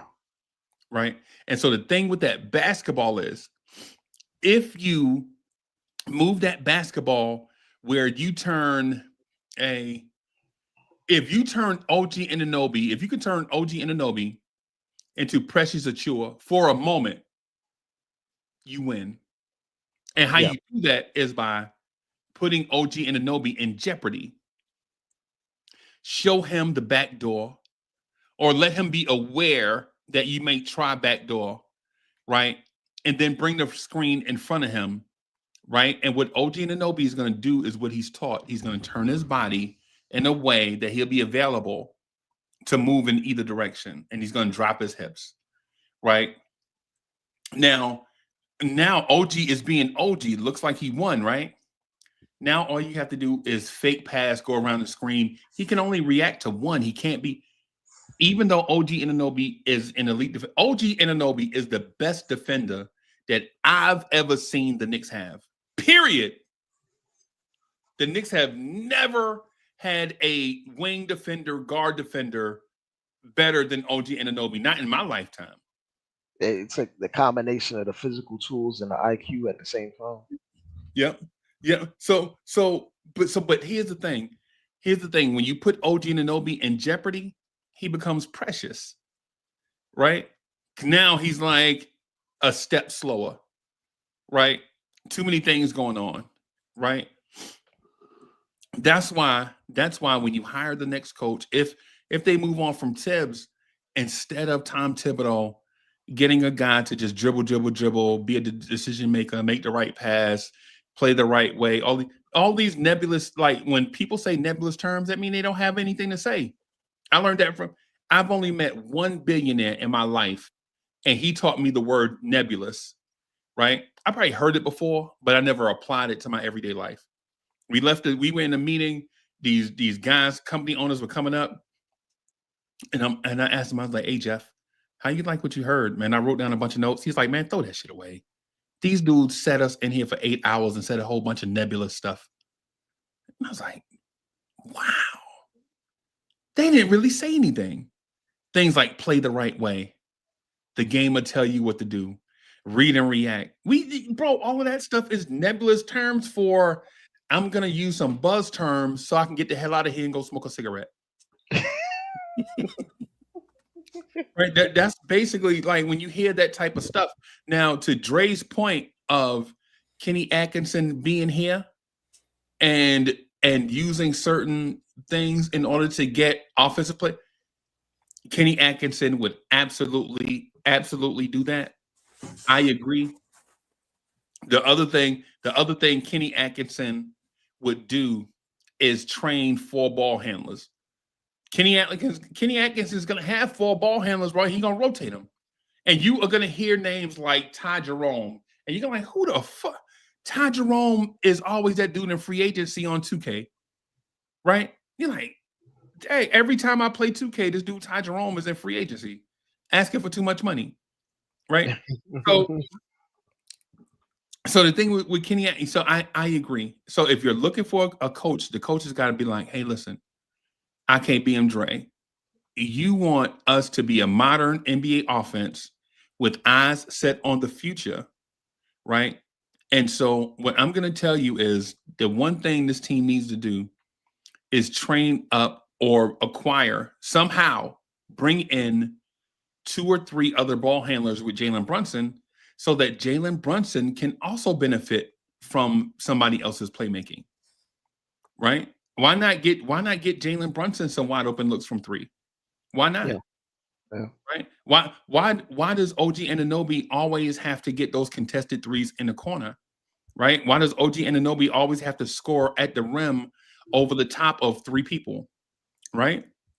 Why not pull the defenders away from the rim and have OG use his size, strength, and speed, you know what I'm saying, to beat a defender to the rim so it'll just be 1-on-1 at the rim?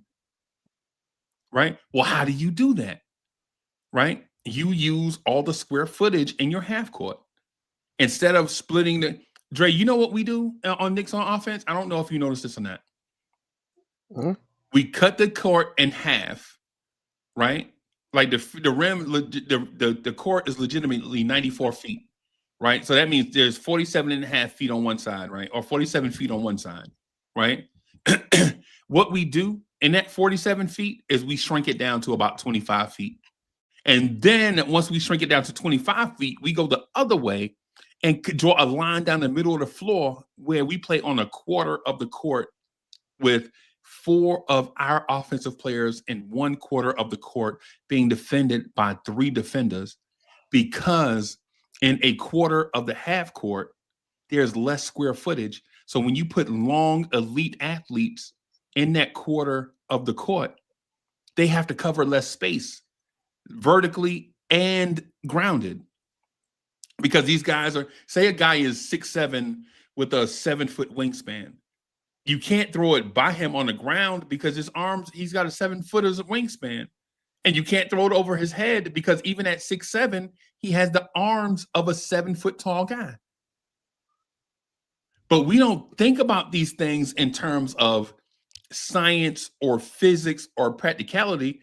We think Jalen Brunson can dribble his guy into an up fake and then jump into him and go shoot free throws.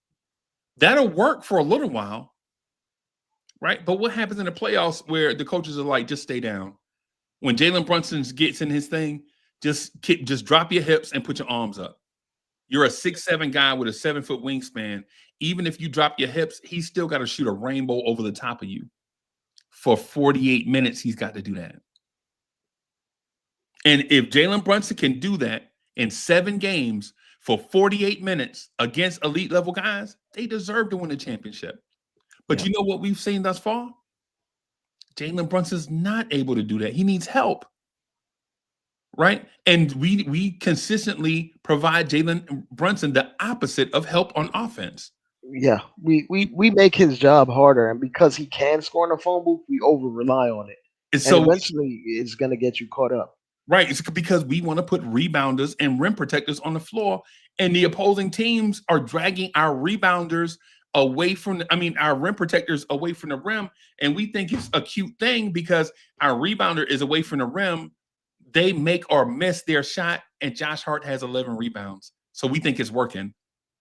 Yeah, and part of the reason why it's working is because Josh Hart literally doesn't guard a shooter on the weak side like half the time. Or point of attack.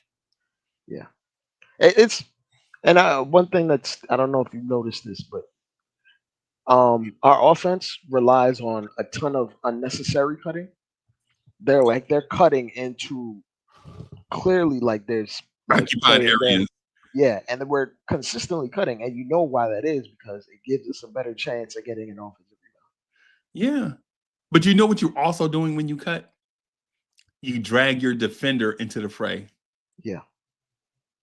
Right? So now it's an egg scramble in there. You started out with an omelet, and now you have an egg scramble. You have scrambled eggs, right? You got peppers in there, you got onions. Yeah. Anybody in here ever tried to make an omelet and you keep trying to fold it and it keep tearing, and then you're like, well, man, fuck it, I'm gonna just scramble this thing. Yeah, just scramble it. Yeah. Yeah, I mean, like, man, I'm hungry. And the Tibbs is like, man, it's cool. The scrambled egg is cool. And even though it ain't come out like the omelet, it's the same thing. It's an egg, right? Yeah, what just you complaining about? It's throw an some egg. cheese on it, bro. Just It's an egg, right? Yeah. And we come out beating a tanking team by 3 points, and it's like, it's an egg. It's a win. Yeah. What you complaining about? Yeah, because we won in the short term. Yeah. Yeah. We won. We beat a lottery team in overtime off a Hail Mary jumper, and we celebrated. We're out here 2000 party like it's 1999. What? And the people that don't want to get rid of Tibbs are just like, you should be happy that we're competent. Well, competency doesn't win you a championship. Being excellent does. Yeah. Yeah. And you need excellence in multiple aspects: coaching, front office, and players. I'm surprised Fritz is quiet. Fritz, you're mighty quiet on the Tom Thibodeau thing. Are you reconsidering Tibbs? No.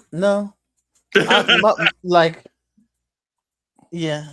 He ready to kick Tibbs. Yo, I'm yo, that pink slip is filled out. Wow. He got the Social Security on it. Get that check ready. Right. Oh, here's one other thing. I wanted to so Dre, I don't know if you saw it, but I'm gonna put it up on the screen. Yeah, because I have a wheel of topics. Let me see. I'm just gonna spin it real quick. So I know the Tibbs conversation is never over, it's always ongoing. See what I mean? Oh. All right. Mikal Bridges all right, so let me do this. First of all, let me spell that right. Why did I misspell that? Okay. All right. So, chat, what do y'all think about Mikal Bridges? What do I think about him? Yeah. Was he worth the investment? Yes. Yeah. I think so many people talk about five picks. 2 of them are gone in this offseason, by the way. Yeah, but not only that, it's like getting you may want something valuable like a basketball card, and you say, yo, it's worth $80. But you know what? I want a class 10. You know what I mean? Yeah. So like you're paying a premium with someone who's never been injured, someone who's a two-way player, someone who's getting underpaid. So all those things align. Yes, it's going to cost a lot because it's a premium piece. It's like you could get a two-way player who's often injured for less. Yeah, you could have traded. You could have got Trey Murphy the third for less than that, probably less than half of that, right? But Trey Murphy just signed his extension, and Trey Murphy is injured. Yeah, stays injured. RC Creative is in the building. Salute. That's my brother, y'all. Salute to RC Creative. RC, man, RC has like these joints, bro. I watched the wrestling joint from RC Creative. Man, make sure y'all check out RC Creative on YouTube. Just click on his name. Go there and subscribe to his channel. He had a wrestling thing going on. Me and Miss Mocha, right? It's crazy. Me and Miss Mocha kind of are fascinated with this thing that RC Creative did, this thing called hybrid, right? We're absolutely fascinated by it. I'm not gonna say, and y'all know me. I'm honest to, I'm not gonna say honest to a fault, but I'm honest to, I'm true to myself with honesty, right? When we look at hybrid, we're like, what is this? It's something about hybrid, right? Like it's not gonna look like, cinematically, it's not gonna look like, it's not going to look like the Netflix joints, right? I'm trying to figure out what channel. I see two channels. Hybrid is a. I wish if I had the money, man, I would put the bread into hybrid for RC Creative. So they. Okay, I found it. Yeah. Are you talking about hybrid? No, RC Creative. There's like two channels, but yeah. Okay. Yeah. So he has a joint, man. If I had some racks, I would go sit down with RC Creative about hybrid, man, so that we can get more of it. Like pump some money into it, man, because to me, it's a fascinating idea, right? But that's our guy, RC Creative, man. Y'all, big up to RC Creative, man. It's a bunch of y'all in the chat that are super talented. And you know what I'm saying? Y'all have like these talents. And I'm like, bro, if we could all just somehow just do a thing. But anyway, shout out to my guy. But on the Mikal Bridges thing, though. The Mikal Bridges thing, Turner, this is not a Bridges thing. This is a Tom Thibodeau thing. This is not a Bridges thing. This is a Tom Thibodeau thing, right? You can't slam, bro. I'm gonna say it like this. Any of y'all have ever been in a fight? Like, Chad, I'm asking y'all if y'all ever been in a fist fight, if y'all ever used these things, right? Not since high school. If you've ever been, not since college.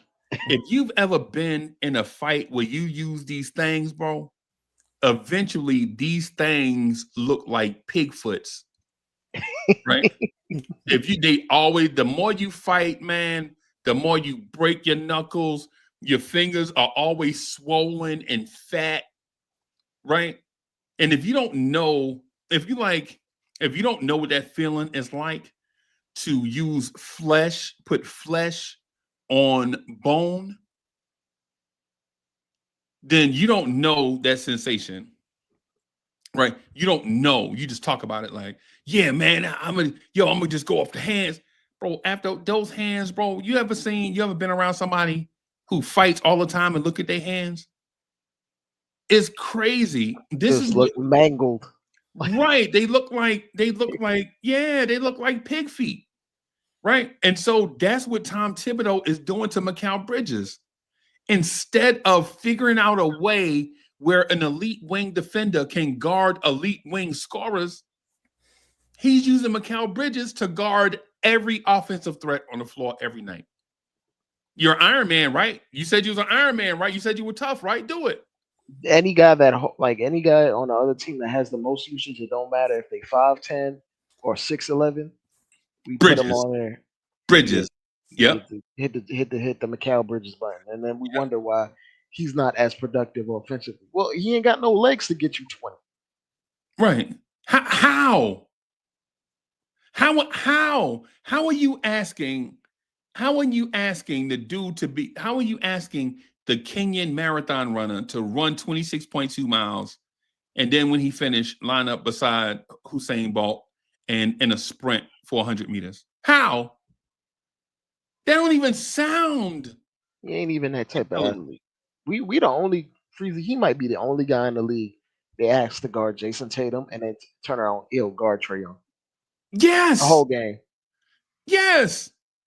Not even parts of the game, the whole game. All season. Right, all season. This is all season. And then when he says something about it, like, yo, this is impossible. Yo, that's the way we do it here. That's bullshit. That ain't the way we do it here. Give me the example of that's the way we do it. Before Mikal Bridges, point out the guy that defended the point of attack and then was asked to score 20 points a game. What he at? They not here. They either that or they on the injured list. Chad, look, think about what I'm saying to y'all, right? Tom Thibodeau asked Quentin Grimes to do it, right? Like, Grimes, when you in the game, bro, listen, you the point of attack defender. You the point of attack defender. Anybody from Trae Young to Jason Tatum, Quentin Grimes, you guard that guy, right? To Jimmy Butler. Yep, all of them, everybody in between, right? And then you notice when Grimes gets away from here, where he can show off a little bit of offense, he's showing that he's competent. I mean, I personally still think he's a ham sandwich, right? But he's showing that he's at least a Deetz Watson ham sandwich. He's not an airport vending machine ham sandwich with the condensation in the little plastic box. You know what I'm saying? He's not that. He's a boar's head with brioche. Yeah. Like with the fresh bread coming from the deli early in the morning. I mean, the bakery early in the morning. But he's still a ham sandwich. Tom Thibodeau said that's the way we do it here. And that's why what I'm saying is when we listen to these guys with all this media training, y'all have to remember these guys have media training. Right? Not only is Tom Thibodeau an excellent and expert basketball coach, he's an excellent and expert media guy. Why do you think these guys, if they get fired, they transition right into ESPN instead of going to 4 years of college? Because they've already been media trained. Yep. Right? So it's like when we hit, like, but Tibb said that's the way we do it here. That's bullshit. Right? When RJ Barrett was the point of attack defender, do y'all remember how bad the defense was? Awful. When he asked Quentin Grimes to do it, do y'all remember how bad Quentin Grimes' offense was? When he asked quickly to play defense, do you remember the offensive slumps Quickly used to get in? That man was shooting under 40% for extended stretches. Right. Y'all remember when he made Deuce McBride a primary defender? Do y'all remember how bad Deuce McBride's offense used to look? And then when he asked Mikal Bridges to do it, we're complaining about Mikal Bridges' offense not being effective. When he's 50% shooting on like 17, 18 points, somewhere there. Yeah. And then the other night against Portland, we saw Mikal Bridges as not the primary all-ball defender because Deuce was on the floor. And we saw that man look like an all-star offensively. And then we wonder why we can't get that every night. But you know why? Because he's overusing Mikal one particular style of play. Like, it's okay to utilize him as the guy if he's going against a matchup where he needs to be that. But to do it for what? We're at 70 games now? That is ridiculous. Right. You can't. And like you're supposed to, as a head coach, you're supposed to distribute that responsibility. Like, what's the whole point of acquiring these multiple wings and then you don't take turns utilizing them? And you don't use them as a wing, right? The reason, everybody, the reason why, and I hate to say it like this, but the reason why we eat wings, right? The reason why we eat wings instead of steak dinners is because wings are a flexible meal. Yeah. You can get them in different flavors. You can get them in different amounts. You can get them in different sauces. You can get them from different places. They're portable. But Tom Thibodeau don't use wings like that, bro. Tom Thibodeau use wings as steak. Right? Y'all going to Buffalo Wild Wings getting steak every time. Tibbs is the type of dude to get wings with no sauce. No, fried hard. Oh my God, he won't even put black pepper on them. Yeah, right. This is what I'm saying. It's like, why would you put blue cheese on your wing? I just eat them plain. Yeah, none. 6 wings, fried hard, no sauce, no dry rub, no drink. No, just celery, so I can have a color on a plate. Man, these unlimited, this bottomless. Right. Yeah. So that's all I'm saying. Like legitimately, I think you get the very best out of Mikal Bridges if you use him to what his skill set has been historically, as opposed to saying, hey, this is what the team needs. Right? Do the team need this because this is your system, or does the team need this because we have a lack of production in another area? Right? Now, here's the thing. There's nothing wrong with asking that because of what the team needs is because we have a system. You have to have the framework of something in place offensively and defensively. You have to have something. But if you're asking Bridges to run through a brick wall every night so that Josh Hart can zone up on the backside and rebound, that's ridiculous. That's ridiculous. Now, if you're asking him to run through a brick wall every night because Jalen Brunson is a willing defender but not very good, then I'm with it. I'm with it. Like, but don't shoot me the gas like, no, Josh can't do it because Josh is too valuable doing whatever Josh does. To me, that don't make sense. Why are you smashing Mikal Bridges? Who's the better? Since day one at Villanova, Mikal Bridges was a better player than Josh Hart. Since the day one, since they got together, Mikal Bridges has been and it's not just me saying that by observing Villanova, right? The NBA let you know when Josh Hart was the number 30 pick, and Mikal Bridges was the number 16 pick, number 13 pick, 12, whatever pick he was, right? Dante DiVincenzo was a higher draft pick than Josh Hart. Right? The resumes speak for themselves, right? And when people say, well, if Dante was so good, how come he played for 3 or 4 teams? If Bridges was so good, how come he played for 3 or 4 teams? Josh Hart played for 3 or 4 teams. All those guys, and by the way, all those Josh Hart and Dante have contributed to winning basketball teams. Yeah. Josh ain't did that until he got here. Josh Hart has never been to the NBA Finals. You know what Mikal Bridges has done? Been to the NBA Finals. You know what Dante DiVincenzo has done? Dante DiVincenzo was contributed to that team. He was because he tore his ACL in game. He was a starter and he tore his ACL in game 64 of that season, game 63, game 55, something like that. He was a starter the entire season and they were dominant. And then he tore his ACL. And Josh has been a throw-in or been on a rebuilding teams because teams that want to win never valued what he did enough to acquire him. Right. At a deadline. And I'm not saying Josh is a bad player.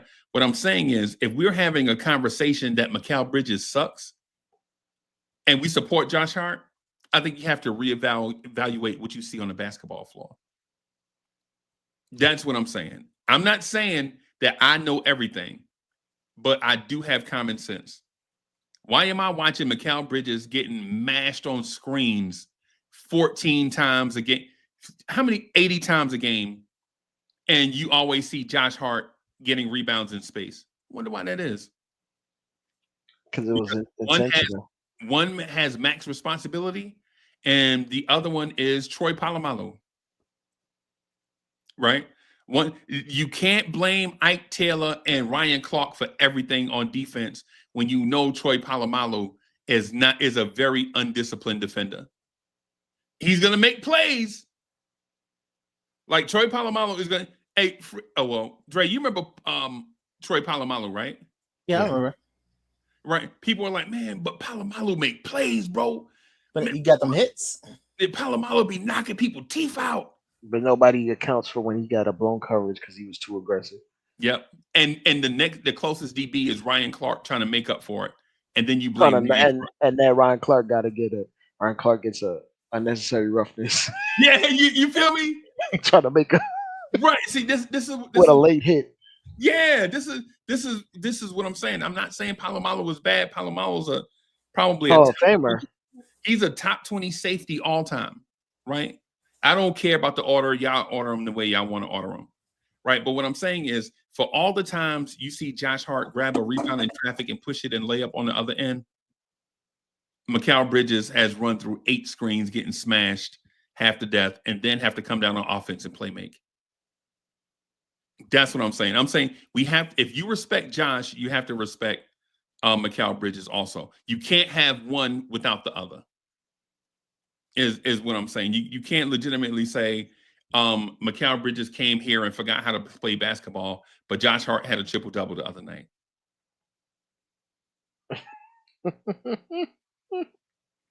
Fritz, you feel me? You see what I'm saying? You see how I'm like the correlation? People get caught up in counting stats and don't realize the process is kind of tainted. What if Josh Hart was getting smashed up on screens? How many possessions an NBA team have a night? An NBA team will probably have around 80. About 80 possessions. Yeah, so they'll probably run pick and roll maybe 26% of that time, right? Or maybe even more. Probably, let's say they run pick and roll with a specific person maybe 23 times, right? That means Bridges is going to get screened before he gets there to get screened on the primary screen. They're going to set Bridges up. They're going to set Bridges up, try to keep him away from that because he's going to be an elite screen navigator, right? That's one of the reasons why Tibbs likes him, right? Because actually, the average amount of NBA possessions is pushing 95 to 96. Okay, so, right. Some teams play very, very high paces. Some teams don't. Like us. But basically, what I'm saying to you, and I appreciate that. I appreciate that clarification but basically what I'm saying is how you expect Mikal Bridges to take body blows all game, right? Josh Hart's not. How often do you see Josh Hart in a screen situation? 4, 3, maybe 4 times a game. Several times a game, but nowhere near the volume. No, it's like nowhere near. I saw Josh Hart the other night against Washington. The screen came and he dropped like 4 feet behind the screen on a shooter, daring them to shoot. And the reason why they didn't make him pay, and the reason why he got rebounds on 2 of those, is because he dropped back so far. The non-shooter threw up a brick and he got rebounds on him. No, that's the sole reason why we play a lot of drop coverage is Tibbs would rather concede an average look to make sure we get the rebound instead of trying to force a terrible look or a turnover and then worrying about the rebound later. Like if we get the rebound, we get it. Yeah. But Tibbs wants just one shot up. That's what he values more. But when we scope the landscape of the league and the elite teams are more efficient, they don't care about winning the rebound battle as much because they're stopping you from getting good looks in the first place and they're turning you over. And they have enough confidence in their offense to generate enough where it doesn't even matter that they might lose the rebounding battle by 2 or 3 more. Right. And and I ain't gonna front, bro. This topic really doesn't mean that much to me. It's just I find it to be disrespectful that people value Josh Hart over Mikal Bridges. I think that's insane. I bet you on the open market, it would take 8 Josh Harts to get him 1 Mikal Bridges. If you're trying to win a championship, there are no Josh Hart type players on the championship teams that are playing Josh Hart minutes. Right. Javonte Green is a Josh Hart type player. That man is not even in the rotation.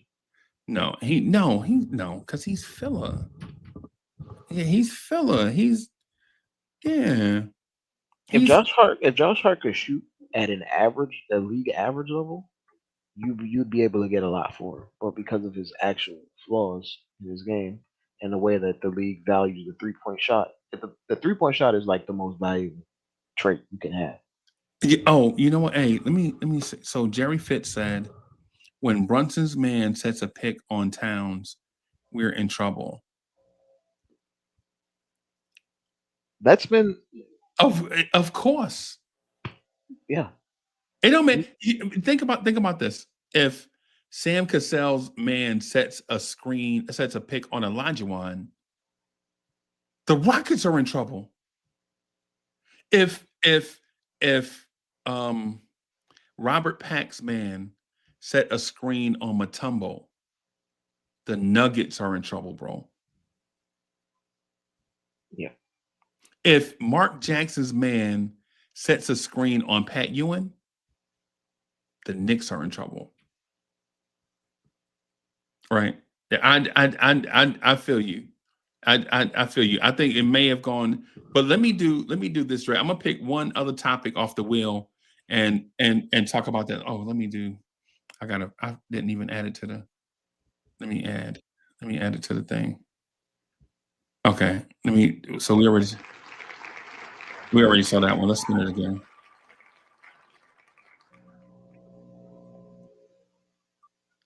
Oh boy. Wow. Fritz. Yep. You see the topic, right? Yeah. This is the topic Fritz had been arguing on Twitter about all day.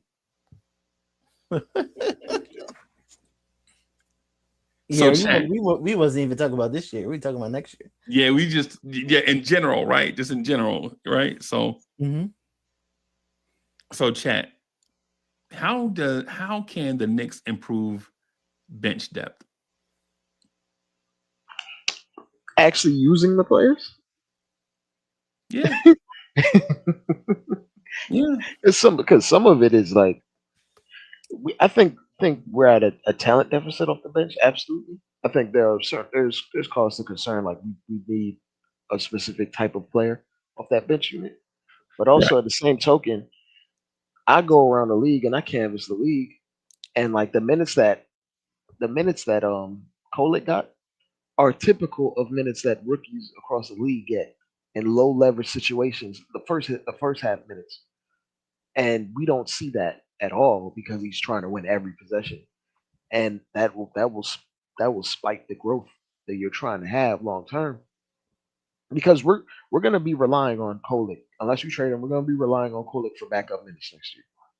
That's just simply what it is. And instead of putting him out there and giving him live game reps, you kind of withhold like it. Not to delve too far, but like, we gotta delve far.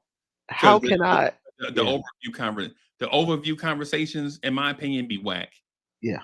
Like when we just say play Kolek, and so in my mind, I'm thinking, why is it important to play Tyler Kolek? Yeah, and to that point, it's like, how can I assess what Kolek can do when he's out there playing with two-way contract guys and G League guys in garbage time minutes? I'm gonna answer that real quick. So here's the thing. I'm not gonna answer it with a Uncle Freezie knows it all, because I don't. I will answer it with I saw Tyler Kolek play yesterday against the Washington Wizards, right? With Tyler Kolek on the floor, the starters legitimately cut harder and looked to get open harder than they normally do with Jalen Brunson and Cameron Payne. Now, there could be two reasons for that. It could be that they know they're playing with a rookie point guard and they have to pull more of the team weight than they would normally have to pull with a veteran point guard on the floor. That's reason number one. Reason number two is they want to keep their head on a swivel because they know Tyler Kolek is a very unselfish passer. Right. And so I personally believe that it was a combination of both. They know Kolek will pass, and they know they had to pull a weight because a veteran point guard was not in the lineup. Now, at the same time, you saw Cameron Payne come into the game red hot looking for his offense, and he got the Knicks out to like a 3-point lead, something like that. Not a slow start or whatever. When Tyler Kolek got in the game, that lead exploded to like 30. And the reason why is because Tyler Kolek threw a lob to Mitch yesterday, and Mitch wasn't looking.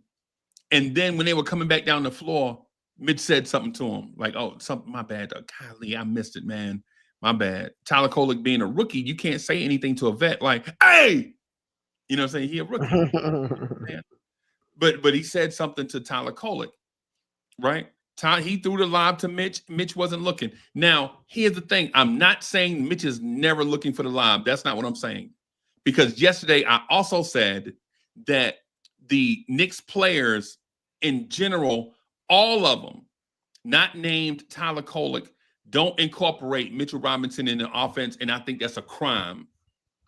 If you're asking me for one of the reasons why the Knicks lose a lot of games, because players get set in their mind to hunt for their own shot, and they don't incorporate others. And when they do pass the ball, they pass it selfishly. Pass the ball, pass. Like the Knicks will have possessions when they pass the ball like 20 times, right? They're not passing to get to a guy to get open. They're passing it just to pass it. And you're like, what are y'all doing out here? Tyler Kolek on the floor, right? Legitimately probes from it. Bro, him and Jalen Brunson are so Jalen Brunson probes with the ball in the teeth of the defense. Tyler Kolek probes from a distance to read the entire defense, the entire floor. Tyler Kolek hit Mikal Bridges with a 22-foot pass into the deep corner, and I thought the shot was money. It wound up being off. But you know what happened when he threw that 22-foot pass? It was a clear pass that was never in threat of being picked off because he manipulated the defenders. He jabbed and then came around and threw a pass to Bridges in the corner on time and on target, and Bridges just happened to miss the shot. Yeah. Right? He just happened to miss. And it happens. NBA players are going to miss shots. This is not an indictment on Bridges. Nobody's going to shoot 100% from the floor. So if you're asking me about the bench depth and why it's important the thing is, you have to incorporate Mitchell Robinson on offense as well. It's not fair to ask that man to muscle up against players all game long, and then he can't even get a post touch. It's not fair. Right? It's not fair. It's not how you do Mitch. Mitch does all that work, right? Like yesterday, Tom Thibodeau ran a zero offense, right? And basically what a zero offense is, everybody, basically what a zero offense is we don't know what the defense is running defensively, right? So we're just gonna run some dummy stuff to have them uncover their defense, so we'll know how to attack it, right? Like we'll just pass it to the wing and let them rotate their defense. Do that weave. Their defense, we can identify what they're running, right? Are they running aggressive overplay man? Are they playing in the passing angles, in the passing lanes? Are they taking away from the paint? Does every defender have 1 foot on the edge of the paint, right? Or what are they doing? Are they in man with zone principles on the weak side? What are they running? because teams don't have to run the same defense every trip, right? The coach don't even have to call a defense. Guys are so smart right now that if SGA Euros into the paint, the next trip down, the defense is automatically saying, hey, we're going to 1 foot by the paint, and then we'll scramble to the corners for 3. Right? But in terms of our bench depth, the depth is already there. How it's being used is questionable. Like, is Precious a depth piece? Is Precious a bench piece, or is he situational? Right? Is Mitch ready for significant minutes or no? Is Tyler Kolek already better than Landry Shamet and Cameron Payne, but you can't make the switch now because of chemistry issues? Right? Is Kev McCullough good enough to dress? Because if he's good enough to dress, that means he's good enough to be an emergency substitution. Like, all these things about the bench, we have to take into account what's being asked of the bench and who can answer those questions.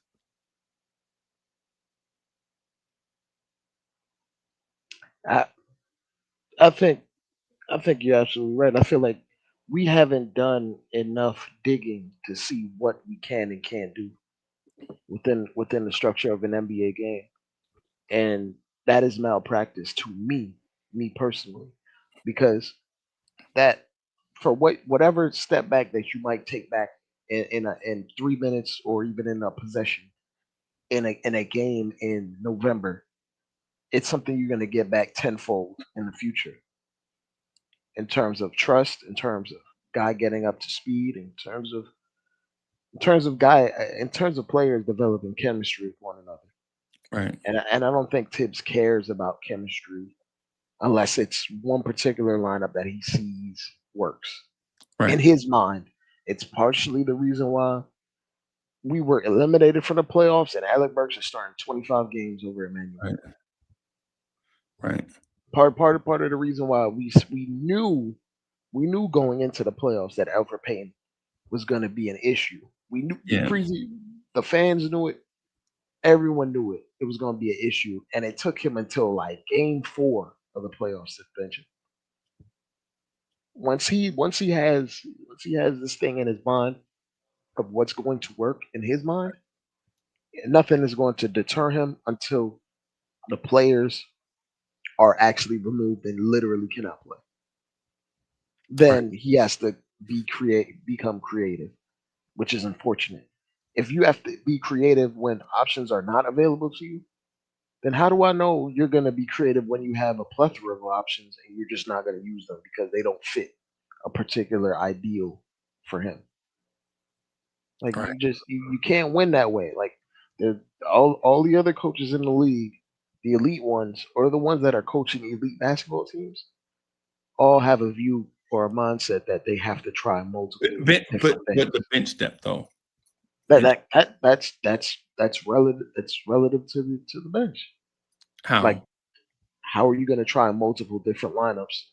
Even then, for example, you could be willing to put Josh Hart back on the bench and for him to have chemistry with the guys off the bench. How do I know that Josh Hart against bench units? Well, I do know this already. But Josh Hart against bench units is extremely effective with other guys that can shoot and run up and down. But once you throw him in a lineup with multiple guys that want to play in the half court, then what he does isn't as necessary. Like, everything is about finding, mixing, and matching pieces. And I feel like he'll mix and match pieces that he knows won't work, and he'll keep going to it, like the Precious Achiuwa. But the bench, though, because Josh Hart is a starter. The bench, but he can be part of the bench if you were to swap him out for Deuce, for example. So you're okay. So you didn't suggest Deuce starting over Josh. You just went. I don't think Deuce is a better basketball player than Josh, but no. Listen to what I'm saying. You didn't mention that you would rather have Deuce start over Josh. That's why we couldn't follow the bench conversation that you were having, because we didn't know that we didn't hear you mention Deuce start Or and Josh to the bench. But yeah, if that's the case where you're saying Deuce is a starter and Josh to the bench, right? Then what do you do for your playmaking on the bench if you take Deuce away? well, is Deuce necessarily a great playmaker? It's more or less like staggering your guys. Like for example, you could still start Josh and still stagger him and have him play a ton with the bench anyway, instead of forcing 95% of his minutes to be next to Cat. Like when we argue about the bench, it's more or less like, yo, even who you're putting out there, you stagger them with the right starters, and then that can bolster what your bench is. This is about cohesion and maximizing fits. Like I feel like Josh would probably fit better on the bench. I feel like Josh would play better with a guy like Shamit, because Shamit will be willing to take the shots that Josh won't, for example. Or if you stagger his minutes and play Josh with a guy that is a high volume 3-point shooter, instead of throwing him in our starting lineups with guys that aren't high volume 3-point shooters, or guys that are not empowered to be high volume 3-point shooters, you get a regression. It's part of the reason why Josh played so well with Dante. Like you need to throw him around a guy that can be, or multiple guys that want to take a lot of 3-point shots, or is empowered to take a lot. I think Josh Hart is Antonio Cromartie. That's what I think. He's a gambler. Yeah. And he has a lot of kids. Yo, hey, Freezie, I'm gonna head out. The counting stats are amazing. But yeah, he's getting burnt. Yeah. Often. He might get you like 7 picks in the season, but he gonna give up like 5 50-yard touchdowns. Yeah, yeah. But at the end of the season, when you look at his counting stats, you know what it's gonna say? It's not gonna say he got burned for 13 50-yard touchdowns. It's gonna say interceptions. He got 7 picks and like 12 deflections. Yeah, yeah. So that obviously meant that he was doing a good job. Yeah. And some of that is like not even on Josh. I think Tibbs is misusing him and wearing him out. But because he spoke about the minutes police, I can't even give him that out. No. The bench depth, though. The bench depth was the topic they wanted to. Okay. So the bench depth, like how do we improve bench depth? Number one, Kevin McCullough should not be in the G League the entire time and not be able to be used in low leverage minutes. Every other team's first round pick, for the most part, has been actually used in low leverage minutes during the course of the season, not just when you're having guys missing. Because how are you going to get better without playing? I don't get that. So, like Pacom Daddier, we drafted 4 rookies. Really, we drafted 4 of them. Dre, I tell y'all that every year. You telling me? I be telling y'all every year. We drafted 4 of them, and we couldn't find. I even told you who the Knicks should draft. Remember?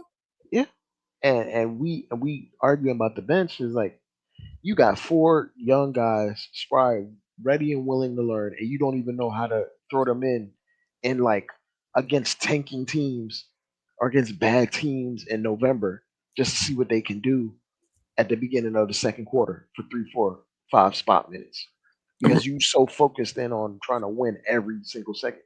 And Tibbs doesn't understand. You're not winning the championship against the Wizards in November. Bro, the irony to all of this is I was told that the Knicks can't draft Ryan Dunn because Ryan Dunn can't shoot, and his defense is elite or almost there, but Tibbs won't play a guy for defense only. And then I watched half a season, Landry Shamet come out here, can't shoot, and play a third of the defense that Ryan Dunn can play. And Tibbs will tell you he has a resume. That's why I trust him. And his resume looks like. And it's just like, well, if you want to use a resume, then why is it these guys with resumes look better in other situations than with you? The point that I'm getting at is I think the pieces are there. I think the mandate from the players. I think the players are being told a certain thing. The reason why Tibbs doesn't play Tyler Kolek has nothing to do with defense. I think Tom Thibodeau wants his point guard to be an elite scorer, and Tyler Kolek is an elite passer. Because here's the thing, Tom Thibodeau, and I'm not saying, and follow me, y'all, just stay with me on it. Tom Thibodeau, throughout his career, has always been around elite point guards, right? When you're talking about everybody all the way back to Rajon Rondo in Boston, right? Derrick Rose with the Bulls. Derrick Rose in Minnesota, not so much. So, yeah, I can back off the Minnesota thing, but they did have competent point guard play, right? Tibbs here with the Knicks, the first couple of seasons, no, but Jalen Brunson, yes. Tom Thibodeau asked his point guards to do a lot of stuff. The Tyler Kolek defensive thing, I think has nothing to do with Tom Thibodeau's thinking. I think the fans are saying that. Like the fans are like, man, his defense is awful. And then you look at Cameron Payne and others defensively, you're like, they're all right, but is all right good enough to keep the upside of a passing point guard on the bench? He is Freezie. No. That man is biased to guys who have played several years in the league. That's just how it goes. Right. I said this before. When Mikal was struggling, and he was struggling partly because Tibbs don't know how to use him. He was like, I'm going to keep going to him because he has a resume. And that, to me, that was a dog whistle where it was like, yo, I'm literally not playing these guys because they're young. And they haven't shown me anything in other organizations to prove that they're ready. Instead of them trying to earn it off merit. Yep. Indeed. You know what the other dog whistle was? Yeah. I can't figure out how to unlock him, so I'm going to let him unlock himself. Are you calling Tibbs lazy? No, I'm saying sometimes. Listen, geniuses, man. Einstein wore the same outfit every day because he couldn't figure out clothes. Right? And so have you think about this? In an era where everybody was dressed to the T's, look at Einstein hair back then in those pictures. That man did not care. That man didn't even comb his hair. And this is an era where wearing fine suits established you in society. That man didn't even comb his hair. He wore the same dark suits in a rotation because he didn't know what to wear. Right? And so when it comes to Tom Thibodeau, I'm not saying that Tom Thibodeau is not a smart guy. I'm saying some tasks just befuddle some people. Right? Like with me, I could talk to y'all about cologne all day. Like, y'all want to talk cologne? I could talk cologne all day, man, because I already know like what smells good on me, what is a challenge, what's too expensive for whatever, daytime colognes, evening colognes, things like that. I could talk about that all day. For some people, they just be like, nah, man, I'm gonna just go get something that smells nice and I'm gonna just put that on. Uh-huh. And if that's how some people operate like that. You know, Tibbs isn't like remember we said the omelet comparison? Yeah. It's like at the end of the day, it's all an egg for Tibbs. Yeah. Shit, these things broke, man. I ain't got time for that, man. Just scramble them shit. Yeah, yeah. When Tom Thibodeau said that, Dre, when you first mentioned that, I felt like that was very smart to mention in that moment.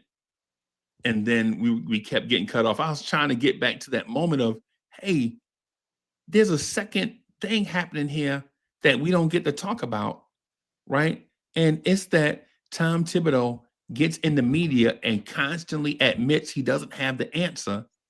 But we're so focused on the topical part that we never get to the meat and potatoes, right? Like when Tom Thibodeau said that, I was like, yeah, This dude don't know offense, bro. And he's not listening to offensive coaches. Or his coaches are not confident enough to go to him and make suggestions. Or well, maybe he has yes man at that point. Yeah. Because everybody on the coaching staff, for the most part, are guys he's had around for years and years and years. All the guys that have been around for short. I think it's both. I think these guys know a lot about basketball. Like, you're not just going to make it to this level as an assistant coach and not know nothing. Mhm. Right. But I think they don't offer the suggestions because it'll rock the Tibbs boat. Right. And so Tibbs is like the perfect captain for stormy seas. Right. But placid water,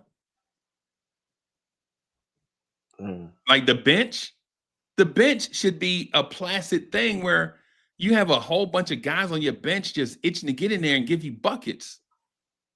Right? You got a bunch of something on that bench. You got to figure out how to make something with it. You gotta have, you gotta attempt at least.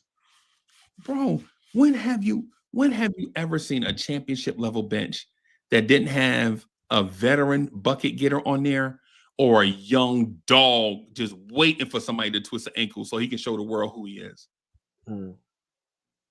Keith Turner, think about Keith Turner. When have you ever seen a championship level bench that didn't have a certified veteran bucket getter like Torian Prince, right? And then a young alpha dog just waiting for this dude wife to have the baby so he can be in there and play 2 games in 4 nights, right? He just waiting for he just waiting for a PR to come out. Well, you know, Mikal Bridges is out due to personal reasons. He been waiting for that. Yo, bro, he be rabbit, bro.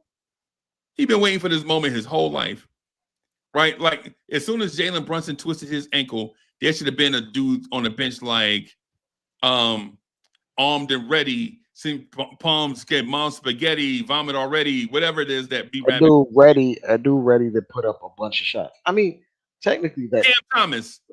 Yeah, but technically Tibbs would rather that be campaign instead of somebody that's younger than 24. Right. Right. Because if you told Pacom down there that, hey, you got carte blanche to put up some shots, you know what he's gonna do? Yeah. He gonna put them motherfuckers up. Yeah, yeah, bro. That's his favorite. That's his favorite thing to do is shoot the ball. Yeah, yeah. And so while I'm not blaming the bench guys, right? Everybody, listen, I'm not blaming the bench guys.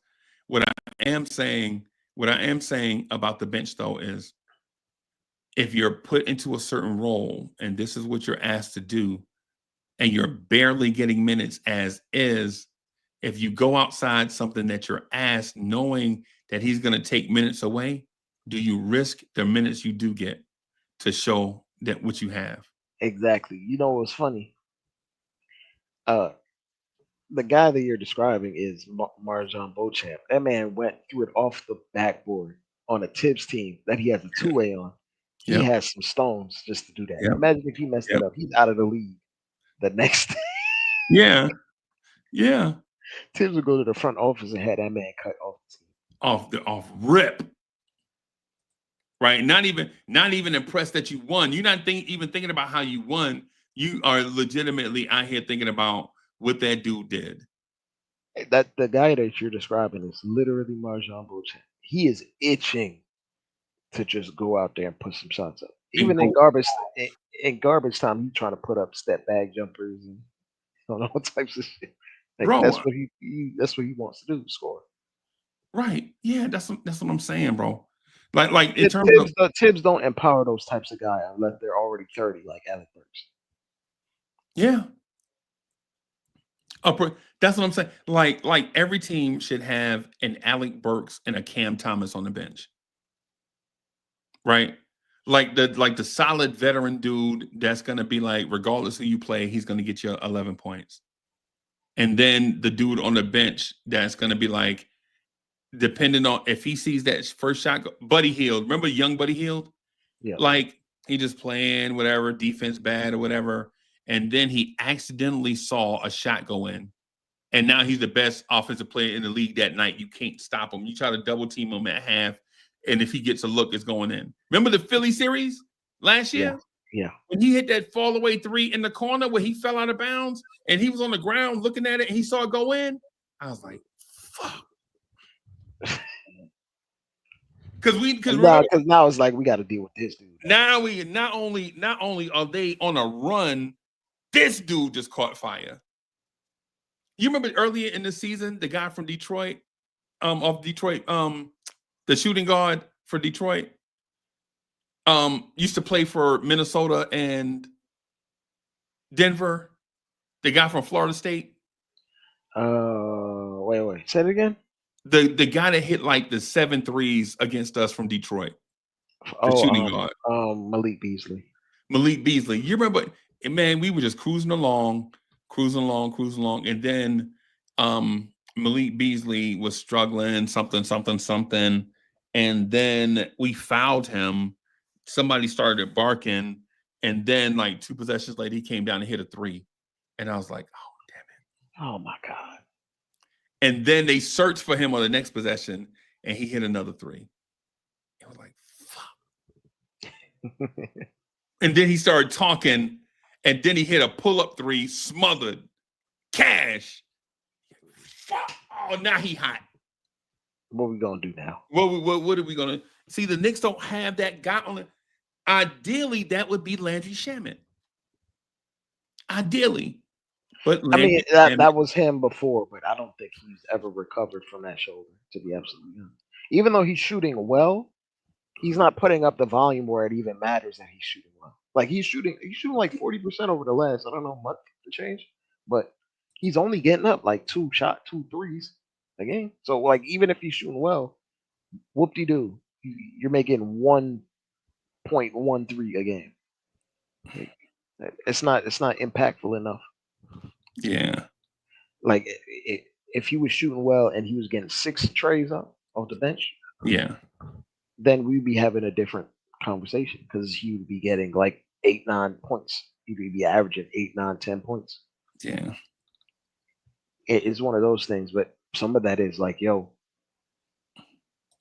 you're only gonna get so many times to get a guy like him open. And when I watch teams like the Cavs play, they be drawing up plays to get Max Strus open, like twice every quarter. Don't matter what going on, we gonna get Max Strus a couple looks just to see if he gets going. If you got it, then we're gonna lean into it a little bit heavier.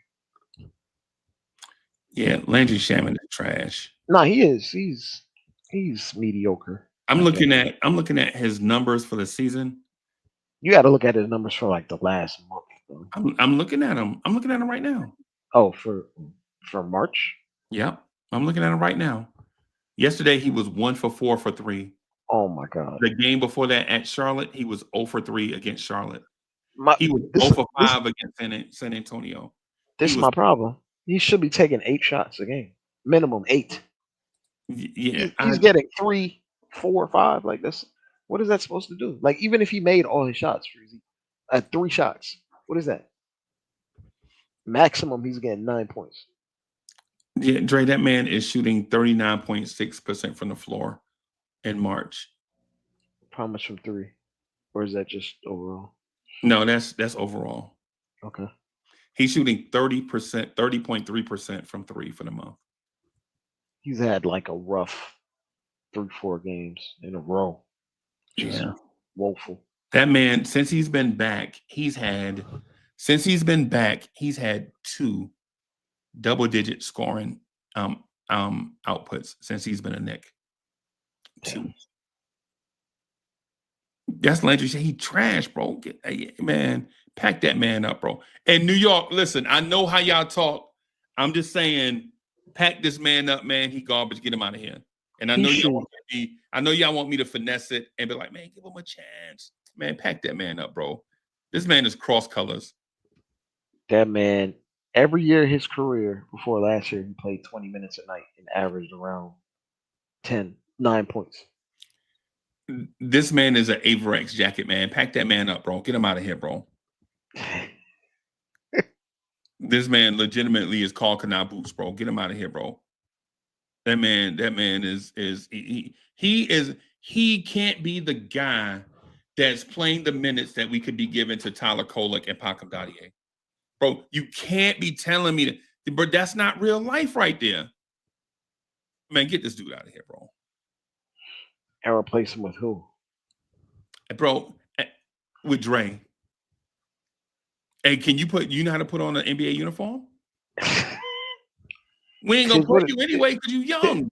Yeah, you ain't gonna play you young, bro. We ain't gonna play you anyway. So you made it look good. Tibbs not playing me. Tibbs not playing anybody that has less than 2 years of NBA experience. Right.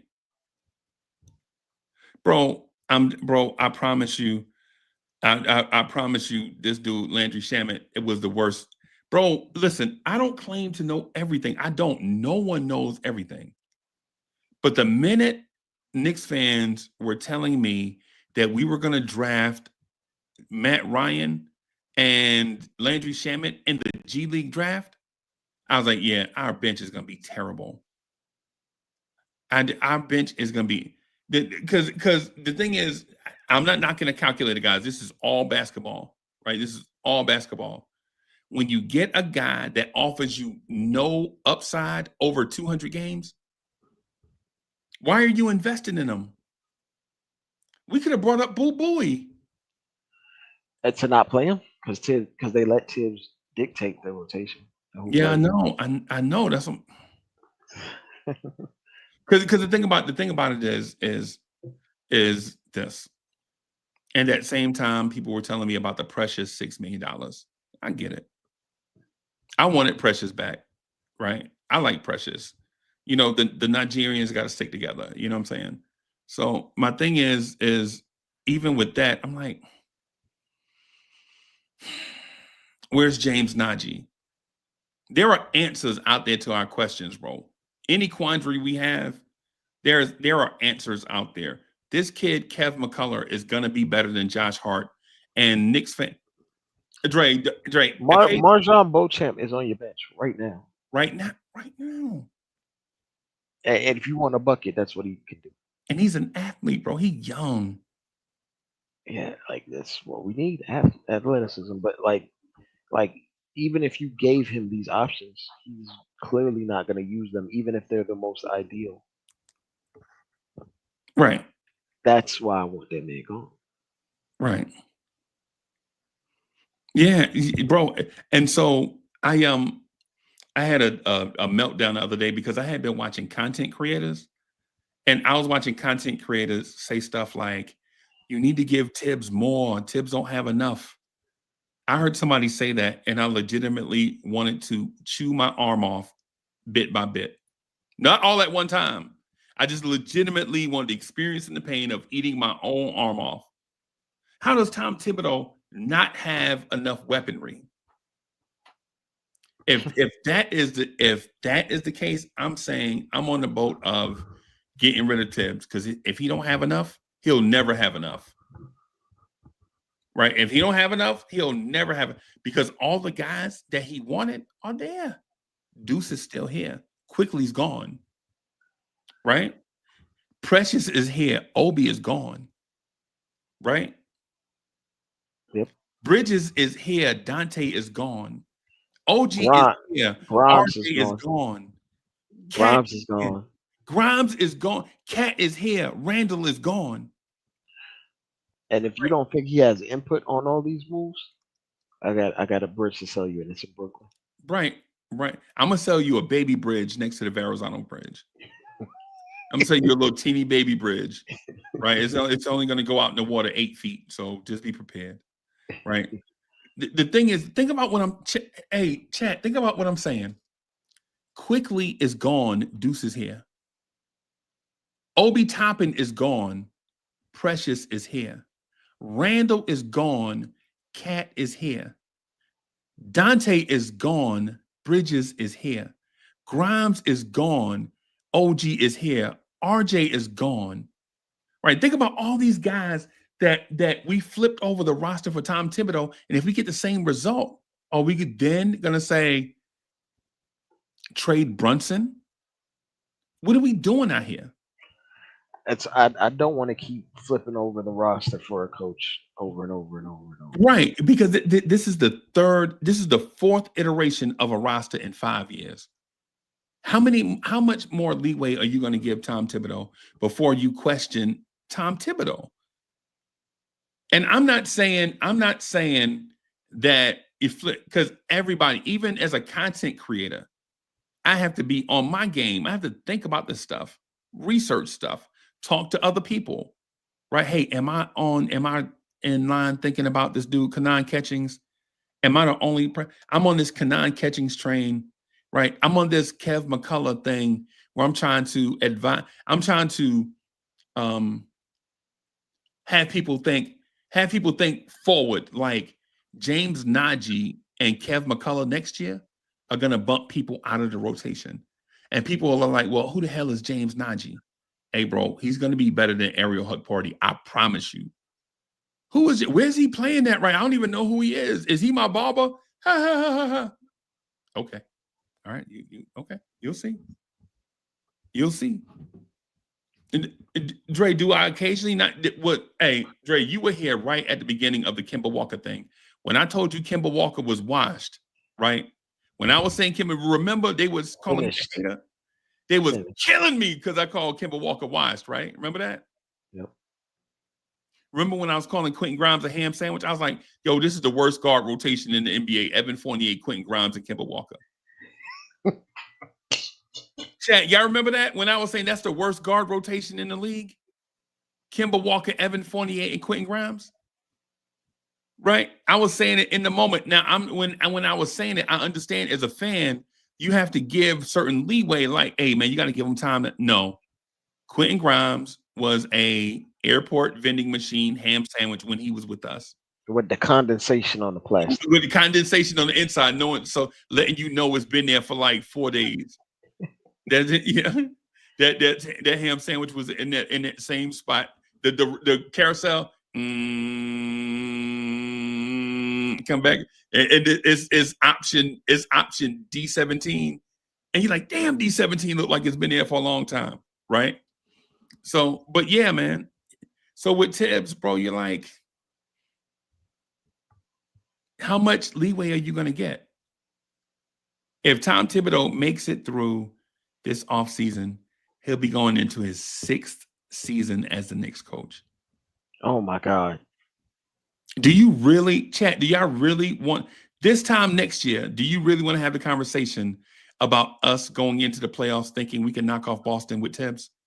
The same conversation. The same. We're going to see the same thing over and over. After year 3, it should, in my mind, after year 3, it should have been over. When we lost to Miami, that should have been it. After we got exploited, like, matter of fact, we shouldn't have lost that Miami series. Yep. And Dre, I keep telling everybody, we shouldn't have lost that Indiana series. And I gave examples of why, and people still blame it on injuries. Yeah. The injuries is the easiest cop-out, which is the most unfortunate part of it. Yeah. Because them dudes came into our building in a game 7 and lit us up. And in that game 3, we had a double-digit lead, right? And they chipped away at that lead. And instead we're up 9 with like 7 minutes to go or something. Yes, yes. And instead of letting Burks and Dante cook again, he snatched them out again for Jalen Brunson and Deuce McBride. Which tells me this dude has no concept of offense, defense. You don't have to put offense, defense in the game at the same time. You can go all offense for a little bit and then go all defense for a little bit. You have to be able to adjust in the game. He has no feel. He has no feel or no tact for that type of stuff. Yeah. In the game 7, they were up 19. You brought in Alec Burks, and him and Dante cut the lead all the way to 8. And instead of saying, hey, I'm going to call a timeout right here, right? Let Dante and Burks rest right here, or calling some type of challenge something incredibly crazy, like Turner hits a three, you challenge, or Turner does something and you challenge it, knowing it's something. You don't challenge it to win. You challenge it because the challenge, the stoppage for a challenge is longer than a timeout, right? So you give Burks and Dante some oxygen. But he didn't do that, bro. He brought in Deuce. First thing Deuce came in, jacked up a three from the corner and missed. They went down, hit a three to go up 11. Jalen Brunson done. Yep. And Jalen Brunson came back down knowing that three was a dagger, tried to hit a dagger and missed. And then they came back down and hit a dagger and made it in front of Hartenstein, Miles Turner, in front of Hartenstein. The lead was back up to 14, and then they just coasted the rest of the way. Jalen Brunson chased down, tried to get saucy, and lost the ball, and tried to chase down the guys to stop a layup and reached in somebody's jersey and broke his hand. Yep. And that was our season. Over. Remember, Jalen Brunson was playing on a sprained right foot, right? Jalen Brunson during that series was playing on a sprained right foot. So why is it that when we're cutting into the lead, you're in a rush to get Jalen Brunson back in the game at 65, 70%? And Josh Hart was hurt, was a game time decision with an abductor strain. And OG Anunoby played the first few minutes and hit his first two shots, but we knew OG was he was a dead man walking. Bro, that's why I love OG, bro. That's why, you can't say nothing bad. I mean, I'm saying in general, people can't say anything bad about OG Anunoby. People questioning his heart, like he don't want to play. Like the stuff that we ask him to do is damn near. He's like he's a 250-pound mobile 6'7" athlete. Yeah. And we asked that man to do all types of stuff on defense and then come back and try to give us 20 on offense. He is legitimately Sean Taylor. An oversized, a 240-pound safety that moves like a 190-pound safety. Right. And so, but the thing about the OG Anunoby thing, Dre, and I know we're getting away from the bench topic. I'm gonna spin the wheel one more time. The thing about OG is OG risked his career in a game 7 for the Knicks and a free agency walk year. When all he could have just sat and everybody would have respected it. Yeah. He could have played himself into that hamstring falling off the bone. Yep. He could have been out 6-7 months. In a year, he was the prize free agent. Yeah. Remember when Oladipo tore his hamstring and he was done for a year. Done. Yep. I'm gonna spin the wheel one more time, y'all. I'm gonna put the thing back up here. And if it's a topic that's kind of lame, then I'm gonna just ask y'all to do a topic, right? So I'm gonna spin it one more time. No whammies, no whammies, no whammies, no whammies. Stop right there. No, I don't want to talk Josh to the bench. We already talked Josh to the bench. I wanted to talk Mitchell Robinson more often, but we'll see. We'll see. We'll just spin one more time. No whammies, no whammies, no whammies, no whammies. Come on. Rim protection. Chat, y'all ready to talk rim protection? Dre, you ready to talk rim protection, bro? Yeah, I don't have too much to say about it other than it's overrated, and it's only a topic or a subject because Tibbs doesn't know how to build a good defense without a traditional drop coverage big, right? And he will not deviate from that coverage, and that's the reason why we still don't know how to cover a pick and pop after 5 years. Mind you, we didn't have Cat all 5 years, but teams completely. Matter of fact, that dude on the Spurs literally killed us with the same pick and pop over and over and over. Mitch Johnson, yep. Yeah. and we talking about rim protection. So We need to talk about 3-point protection. That's what we need to talk about. let me do I'm gonna just do the rim protection thing. I'm gonna just break this down a little bit. So chat. What I find What one of the major misnomers is in NBA conversations or basketball conversations is teams will say you need a rim protector in order to have great defense at the rim, right? And what I'm going to say to you is this. Defenders are usually good at one of 4 things needed to be a great defender. If you do these 4 things great as a defender, you're going to be an elite all NBA level defender. Can you keep your man in front of you? Right? If you can keep your man in front of you, that's the basic premise of defense, right? Can you communicate well with other defenders on the floor? Right? Can you recover defensively? And when I mean recover, that means if you get beat, if one of your other players, if OG gets beat, can you block a shot at the rim if you got the weak side responsibility? Or if RJ Man beats him off the dribble and I have tag man responsibility, meaning the square or the corner, but they kick it out to the wing, can I recover? Can I get out there and stall it enough for that player to pass? Right? And number 4 is, can I take the ball away from the offense? And what that means is steals, blocks, deflections, rebounds, however I can I take the ball away from the offense?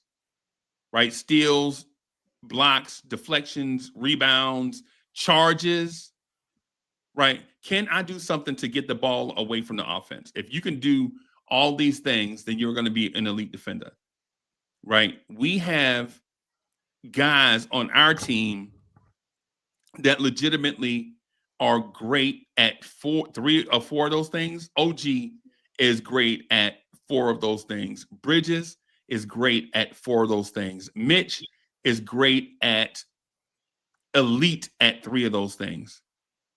Cat is great at 2 of those things. The 2 things he's not great at are glaring needs on our team, though. Right? Right? The thing is, Karl-Anthony Towns is not going to be a great rim protector. And the reason why is generally great rim protectors contest a lot of shots at the rim. And players that contest a lot of shots at the rim generally stay in foul trouble. Yeah. Right. So you gotta be in the mindset that if you get great rim protection, the guy that contests everything is at mercy of the guy blowing the whistle. Is it a foul or is it not? Is it a foul? Is it not? Is it a foul? Is it not? Right. And you don't want to have a guy that you depend on for offense at the mercy of the guy blowing the whistle. Because the guy blowing the whistle can take your guy out of the game, and now you have to depend on Josh Hart for offense. And I know Knicks fans are going to say, well, Cat gets paid a lot of money. He has to figure that out. Nah, no, you don't. Tibbs gets paid a lot of money. Why doesn't he get it? Yep. And there's an analytics department that their whole job is to figure out what situations to put Cat in and what situations to keep Cat out of. Right. And so when we say Mitch is a better rim protector than Cat, of course he is. Right. But Mitchell Robinson plays less minutes. Right. He contributes less offensively. Right. And at the same time, Mitchell Robinson throughout his career has split minutes with guy at the center position. Cat is a primary starter, right? He's not going to split minutes with another 5, right? Cat's not going to play 24 minutes and be in a role. Cat was the #1 pick in the NBA draft for a reason. Now, with that said, I'm not knocking Mitch, right? I want to build Mitchell Robinson up. And for the haters that hate Mitch, I understand why you dislike Mitch, right? What I'm saying is a center that plays 24 minutes or less can risk getting 6 fouls, right? Because his offense is not being relied upon. Mitch is not being relied upon. Dre, do you know who the best 3-point shooter on the Knicks is right now? Cat. It's Cat. So if Cat is in foul trouble on the bench and Jalen Brunson is trapped and you punish traps with 3-point shooting, that means you're relying on OG, Bridges, and Josh Hart and Mitch. Right. And so what I'm explaining to everybody is the domino effect. I'm not saying I am opposed to these weird, illogical conversations where it's Cat versus Mitch. I honestly think it's a dumb conversation because every team is going to have a starter and a backup, right? Anybody that is in those conversations that are saying that the starter and the backup can't coexist it's ridiculousness. It's ridiculous. Every team is going to have a starter and a backup for every starter that plays. Right? To think is anything other than that is ridiculous. It's nonsense. I question not only what you see on the floor, but I'm questioning why you're entering the conversation. If you legitimately think that this is a Cat versus Mitchell Robinson conversation, then you have beef with everything, right? You're like, why is peanut butter chunky and jelly is sweet? Hey, bro, why are you arguing about peanut butter and jelly sandwiches? That's what you're doing. Right? Like you legitimately, if you're arguing that, you got to move Cat so that Mitchell Robinson can get more minutes, think about how absurd that is that you're saying that in public. And maybe it's best that you have an avatar so people don't know who you really are. Right? This is like, Dre, there was a time that people were saying the Knicks should bench Patrick Ewing and start Marcus Camby. Oh my God. Chat, y'all remember that? Anybody in here is there anybody in here old enough to remember when Knicks fans were saying a 35-year-old Pat needs to go to the bench so that we could play a 23-year-old Camby? Anybody remember that? Anybody in here that remembers 90s Knicks?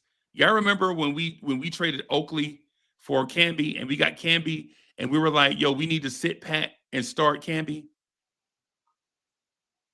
And so we were like, okay, Camby can block shots in transition. Camby right now is the better athlete. Camby right now is healthy. But is he really the best option for your team as a whole? Hell no. Hell no. Right? So the rim protection thing, what we should be thinking about, and I'm making the suggestion, right? And I'm making a suggestion. Incorporate Mitchell Robinson more, right? But not take away Cat's minutes. What I'm saying is make the best use of Mitch while he's out there, right? Mitch is going to top out at like 23 minutes. Just have them be effective minutes, right? Feature him. If he's going to be on the floor for 23 minutes, regardless of the lineups, regardless of what players are out there with him, feature him, right? Let him get some offensive touches, right? Hey, give him the green light to throw up a UFO every now and then. If he throw up a UFO, it's not like we never saw a UFO from Cat. Cat has probably taken 20 UFOs this season. What's wrong with Mitch taking one? right? Let's feature Mitchell Robinson when he's on the floor. If Cat is out there, if Precious is out there, if Josh, it don't matter. Feature Mitch in those minutes he's out there. The other night, Mitchell, we were playing Charlotte. Mitchell Robinson was open 5 times. They didn't even look at that man. Right? They didn't even look at Mitch.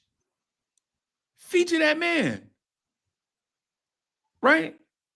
Feature that man. And then when Cat, and here's the other thing with rim protection, if you know Cat is a questionable rim protector, why are you staying in your basic offense?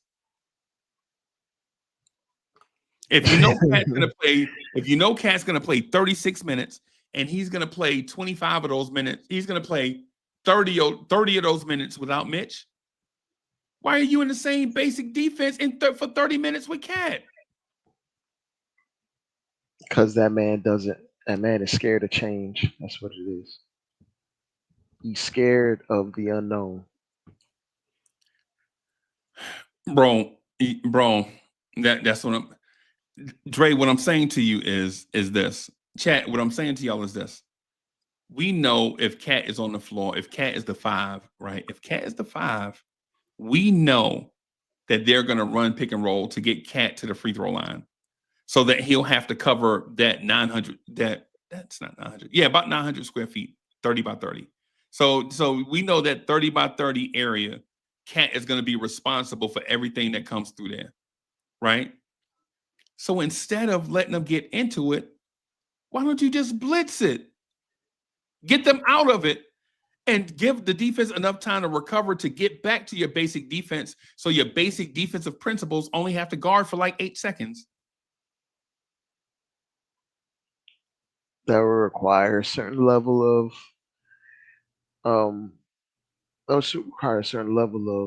communication.